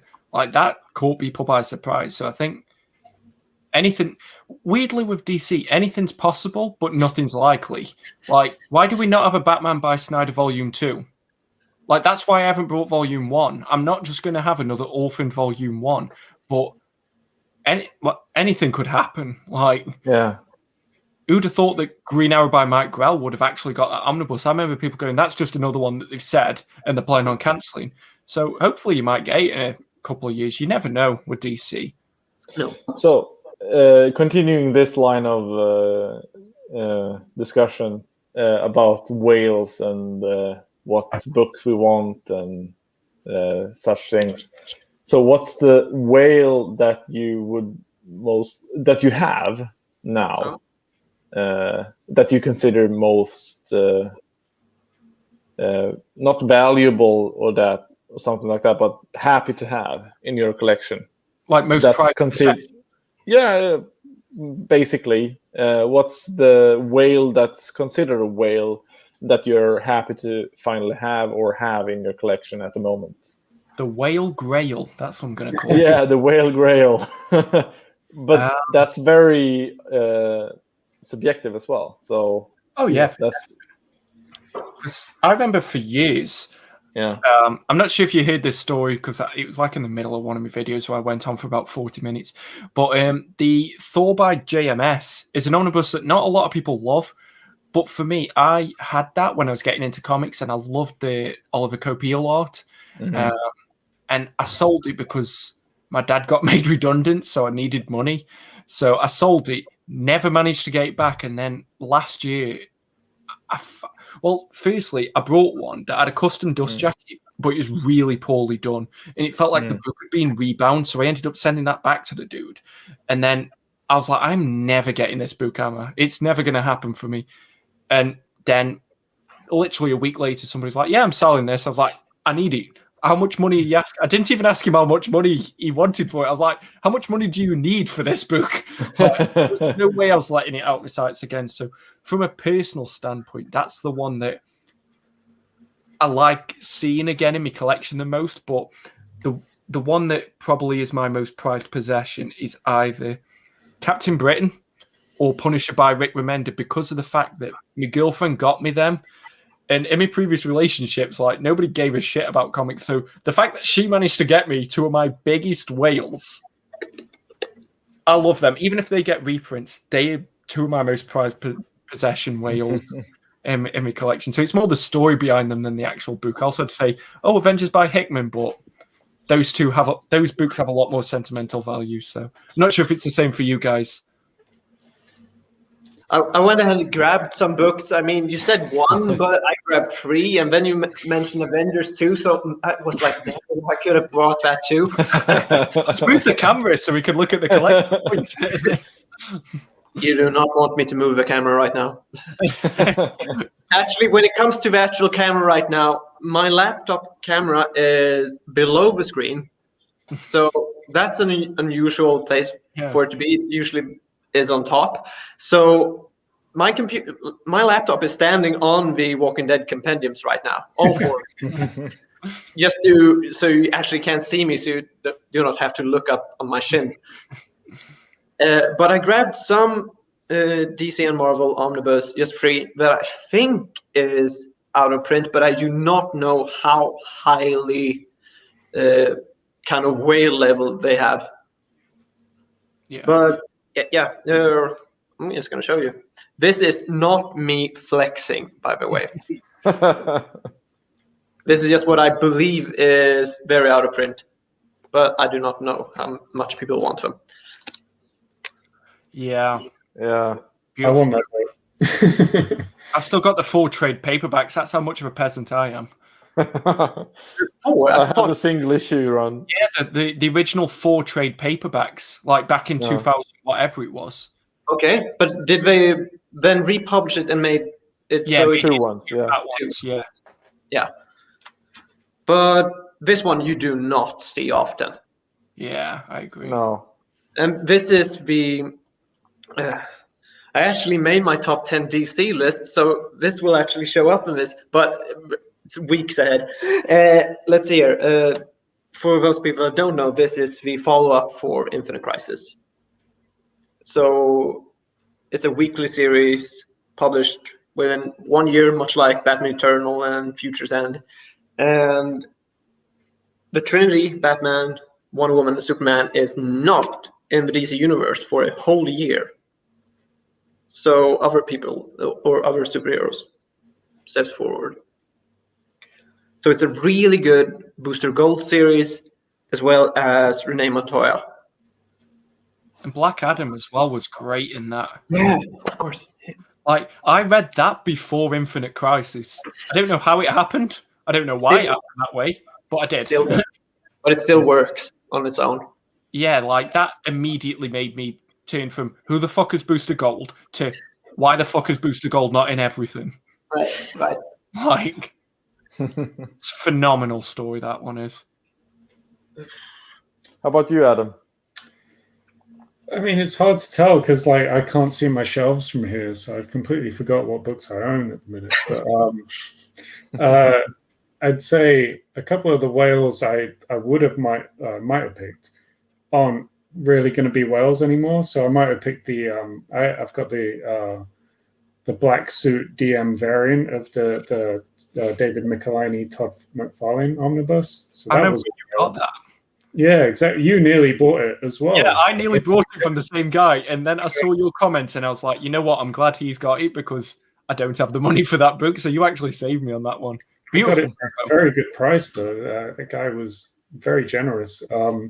So I might have said that, but now they're reprinting that book. So I'm actually going to go with something a bit left field with a book I got recently that I love, and a lot of people might not even really value it very much, but it is still quite a whale because I don't know if they made many of them or well, it seems to be quite sought after, at least for the people who want it, is the Luther Strode complete series.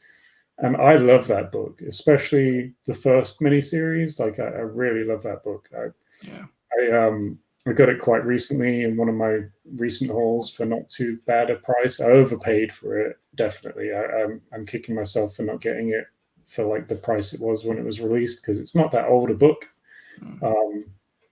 But just the fact that it's trad more in the oversized format, like I wish it was bigger even, it would be amazing, but like it's the best you can get with his artwork in that kind of oversized format. You just like you lose a lot even just going to trade paperback size for me with that kind of artwork. So really, really happy to have that. And it might, like, the story might not mean a lot to some people, but I love that. It's just good, dumb fun, and it has a good kind of it's just comics. Like for me, that's like pure comics. So yeah, I love that book. What was the book that inspired the question, Dano? What do you want to buy? To me, yeah, I couldn't share. I was lucky enough to stumble upon a Facebook ad for the slipcase edition of the library-sized publication of Sin City, the 2 slipcases. Oh, from 2007. Yeah, I never thought I would get those. They came out before I even got into comics, so I was just amazed that they were out there. And then all of a sudden, here in Sweden, someone was trying to sell them, and I was like, "Hey, over here! I'm here. I can take them." And I got them for a reasonable price as well. So I'm just super happy to have them. I made an overview video when I started with YouTube as well a few years ago. But yeah, those are one of my most prized possessions at the moment when it comes to books. Set. Yeah, it's a beautiful book set, and yeah, it's just the perfect size for each volume as well. It's a thin book, but it's oversized. Yeah, it's just beautifully put together in so many ways. And it's so less unwieldy than the big damn Sin City. Like yeah, exactly. I'm going to read, but... yeah. To be fair, the book is constructed magnificently for how ridiculous it is. So yeah, like, give it props credit. to Dark Horse. Yeah. I mean, Dark Horse are pretty good with the kind of deluxe library editions, aren't they? Yeah. I was saying this. Dark Horse are probably the best producers of books, in my opinion, because they make a lot of art books, and I love my art books. And when Dark Horse makes one, like I got my girlfriend the Ghost of Tsushima art book, and it comes with a slipcase and everything, but the slipcase has 2 different textures on it. The pages are a certain texture. Like Dark Horse, man, like I just think they're one of the best. Probably. Agreed. I think we'll probably go for about 10 more minutes or so, guys. Sure. Because obviously we've been going for 3 hours somehow. Like, I've been having a really good time. Yeah. I know.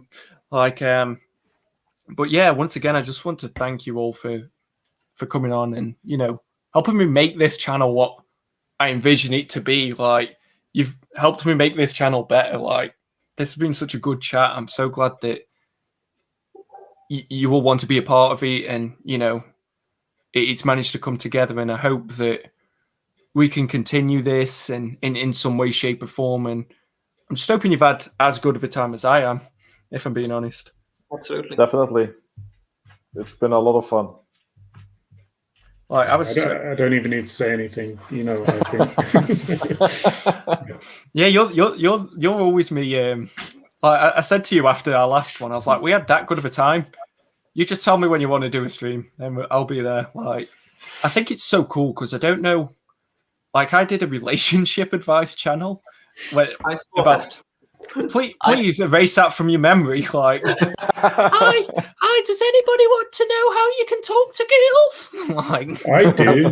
But to be fair, that channel has double the amount of subscribers that you have now. Yeah, but it's also 10 years old. So if I can get half of that amount of subscribers in less than a year, that channel, I don't know. But yeah, like, that community was not welcoming. It was very much you're in competition with anyone and everyone, whereas the comics community, completely different change of pace. Like, I don't see you guys as other channels. I see you guys as friends. Like, when we were talking in the group chat before, it was like, it wasn't just business. It wasn't just, yeah, guys, be here for this. I know I was a little bit like that. I'm a bit of a diva. I'm not going to, like, the word mad's in my name. Like, you should expect some kind of madness. We weren't going to talk about this on live. Sorry. Me, rules are only there to not be rules. But yeah, like, I was just having such a good conversation with you guys just in general. So it's such a good community that I'm just glad to be a part of it. And I don't know. I'm just waffling on until someone interrupts me. That's the main reason why I started making videos as well, because I watched a lot of videos from other creators on YouTube about comics and stuff like that. And I wanted to be a part of it. other than just making comments on certain videos. I wanted to contribute to this community when I started out, and I wanted to just be a part of what made this such a great community in the first place. So I understand what you're trying to say there. I'm the same way. Like this past year has been a tough one. Everyone's kind of been in lockdown, and all I've had really to do is kind of like watch YouTube videos and read. And I've been kind of joining in the live streams, like the OmniDog live stream. For me, I try and join it every week because it doesn't feel like it's like comics. It's just like you're hanging out with your mates talking like nerdy stuff. So yeah. That's what I really enjoy about this whole YouTube scene, and that's why I wanted to kind of contribute to it. Like, I'm sick of just being a consumer. I thought maybe I'll try putting stuff out there for a change as well. But don't know how well I'm going to do at that. But either way, I'm just glad to be around, and I feel like I've made some genuine friends. So, what more can you ask, really? So, bro, as well, like when. Like you've done so well with your channel, just like we pretty much started at the same time, and the ideas that you're coming up with, I'm like, for fuck's sake, man! Like I wanted to steal that off you. Like I'm not gonna lie, like as well, just how far along the channel's coming, how quick it's coming along as well, man. Like I'm so glad that we kind of entered at the same time, and I'm just really glad that like I remember you were the first person who really reached out to me. I remember we talked on one of my videos that was not well received, and you gave me like a comment about that long. I'm not gonna lie. Yeah, but I do that. But it was the best thing ever. It was. I saw the length of that comment. And I was like, this guy's gonna be having a go at me. Like, but I read it, and you just wanted to interact so much, and it made me love the videos that I was putting out. Like, I don't think any of my videos are better than a 6 out of 10, but you really gave me that encouragement to just keep going with it. And, then like the way it was, like you were then like, oh, I filmed a haul. Do you mind checking it out? And I checked it out and I was like, oh, fuck, man, this guy's good. Like, this guy's really good at what he does. So never put yourself down, man. Like, your videos are banging, man. Like your thumbnails look fucking beautiful as well. Like, I mean, yeah. I'm just gonna keep licking your ass if you don't interrupt me. I got lucky there. I made a nice template and I use it for all my thumbnails, so they all follow that same pattern. And it's not. They don't look good. They just look consistent. So consistency is key. It's the one thing I do not fucking have.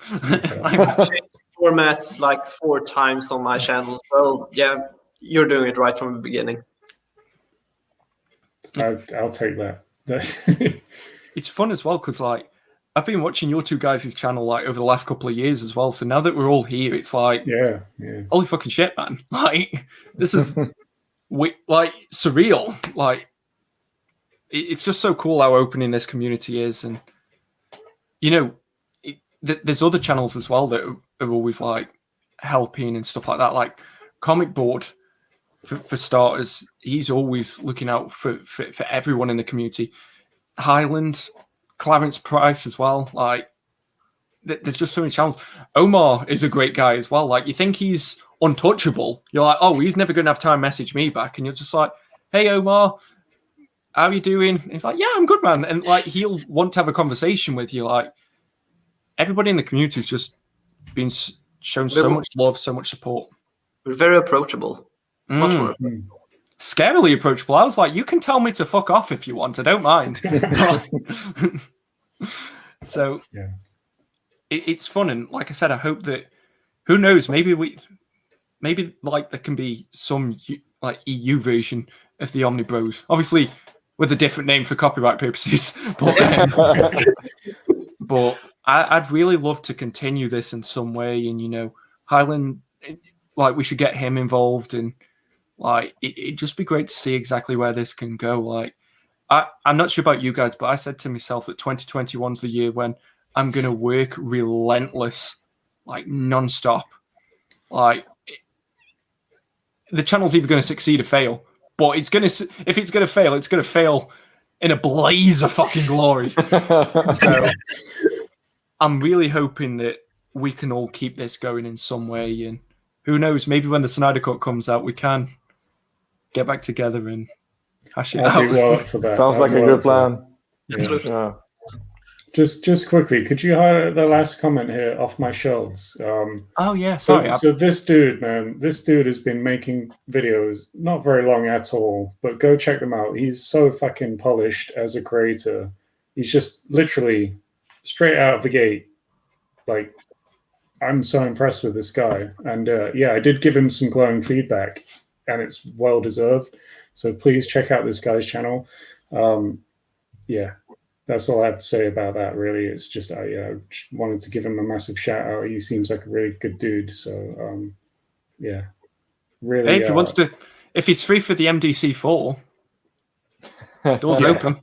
Yes. March 12th. I've said it already. I can't go back now. But yeah, I watched his video on the Usagi Yojimbo, and like you said, the quality is there. Like, I mean, it embarrasses me. I've been doing this 6 months, and he's like literally like he started his channel like a couple of months ago at best, and like yeah, he's just so polished. He can actually string a sentence together, which is more than I can manage. So yeah.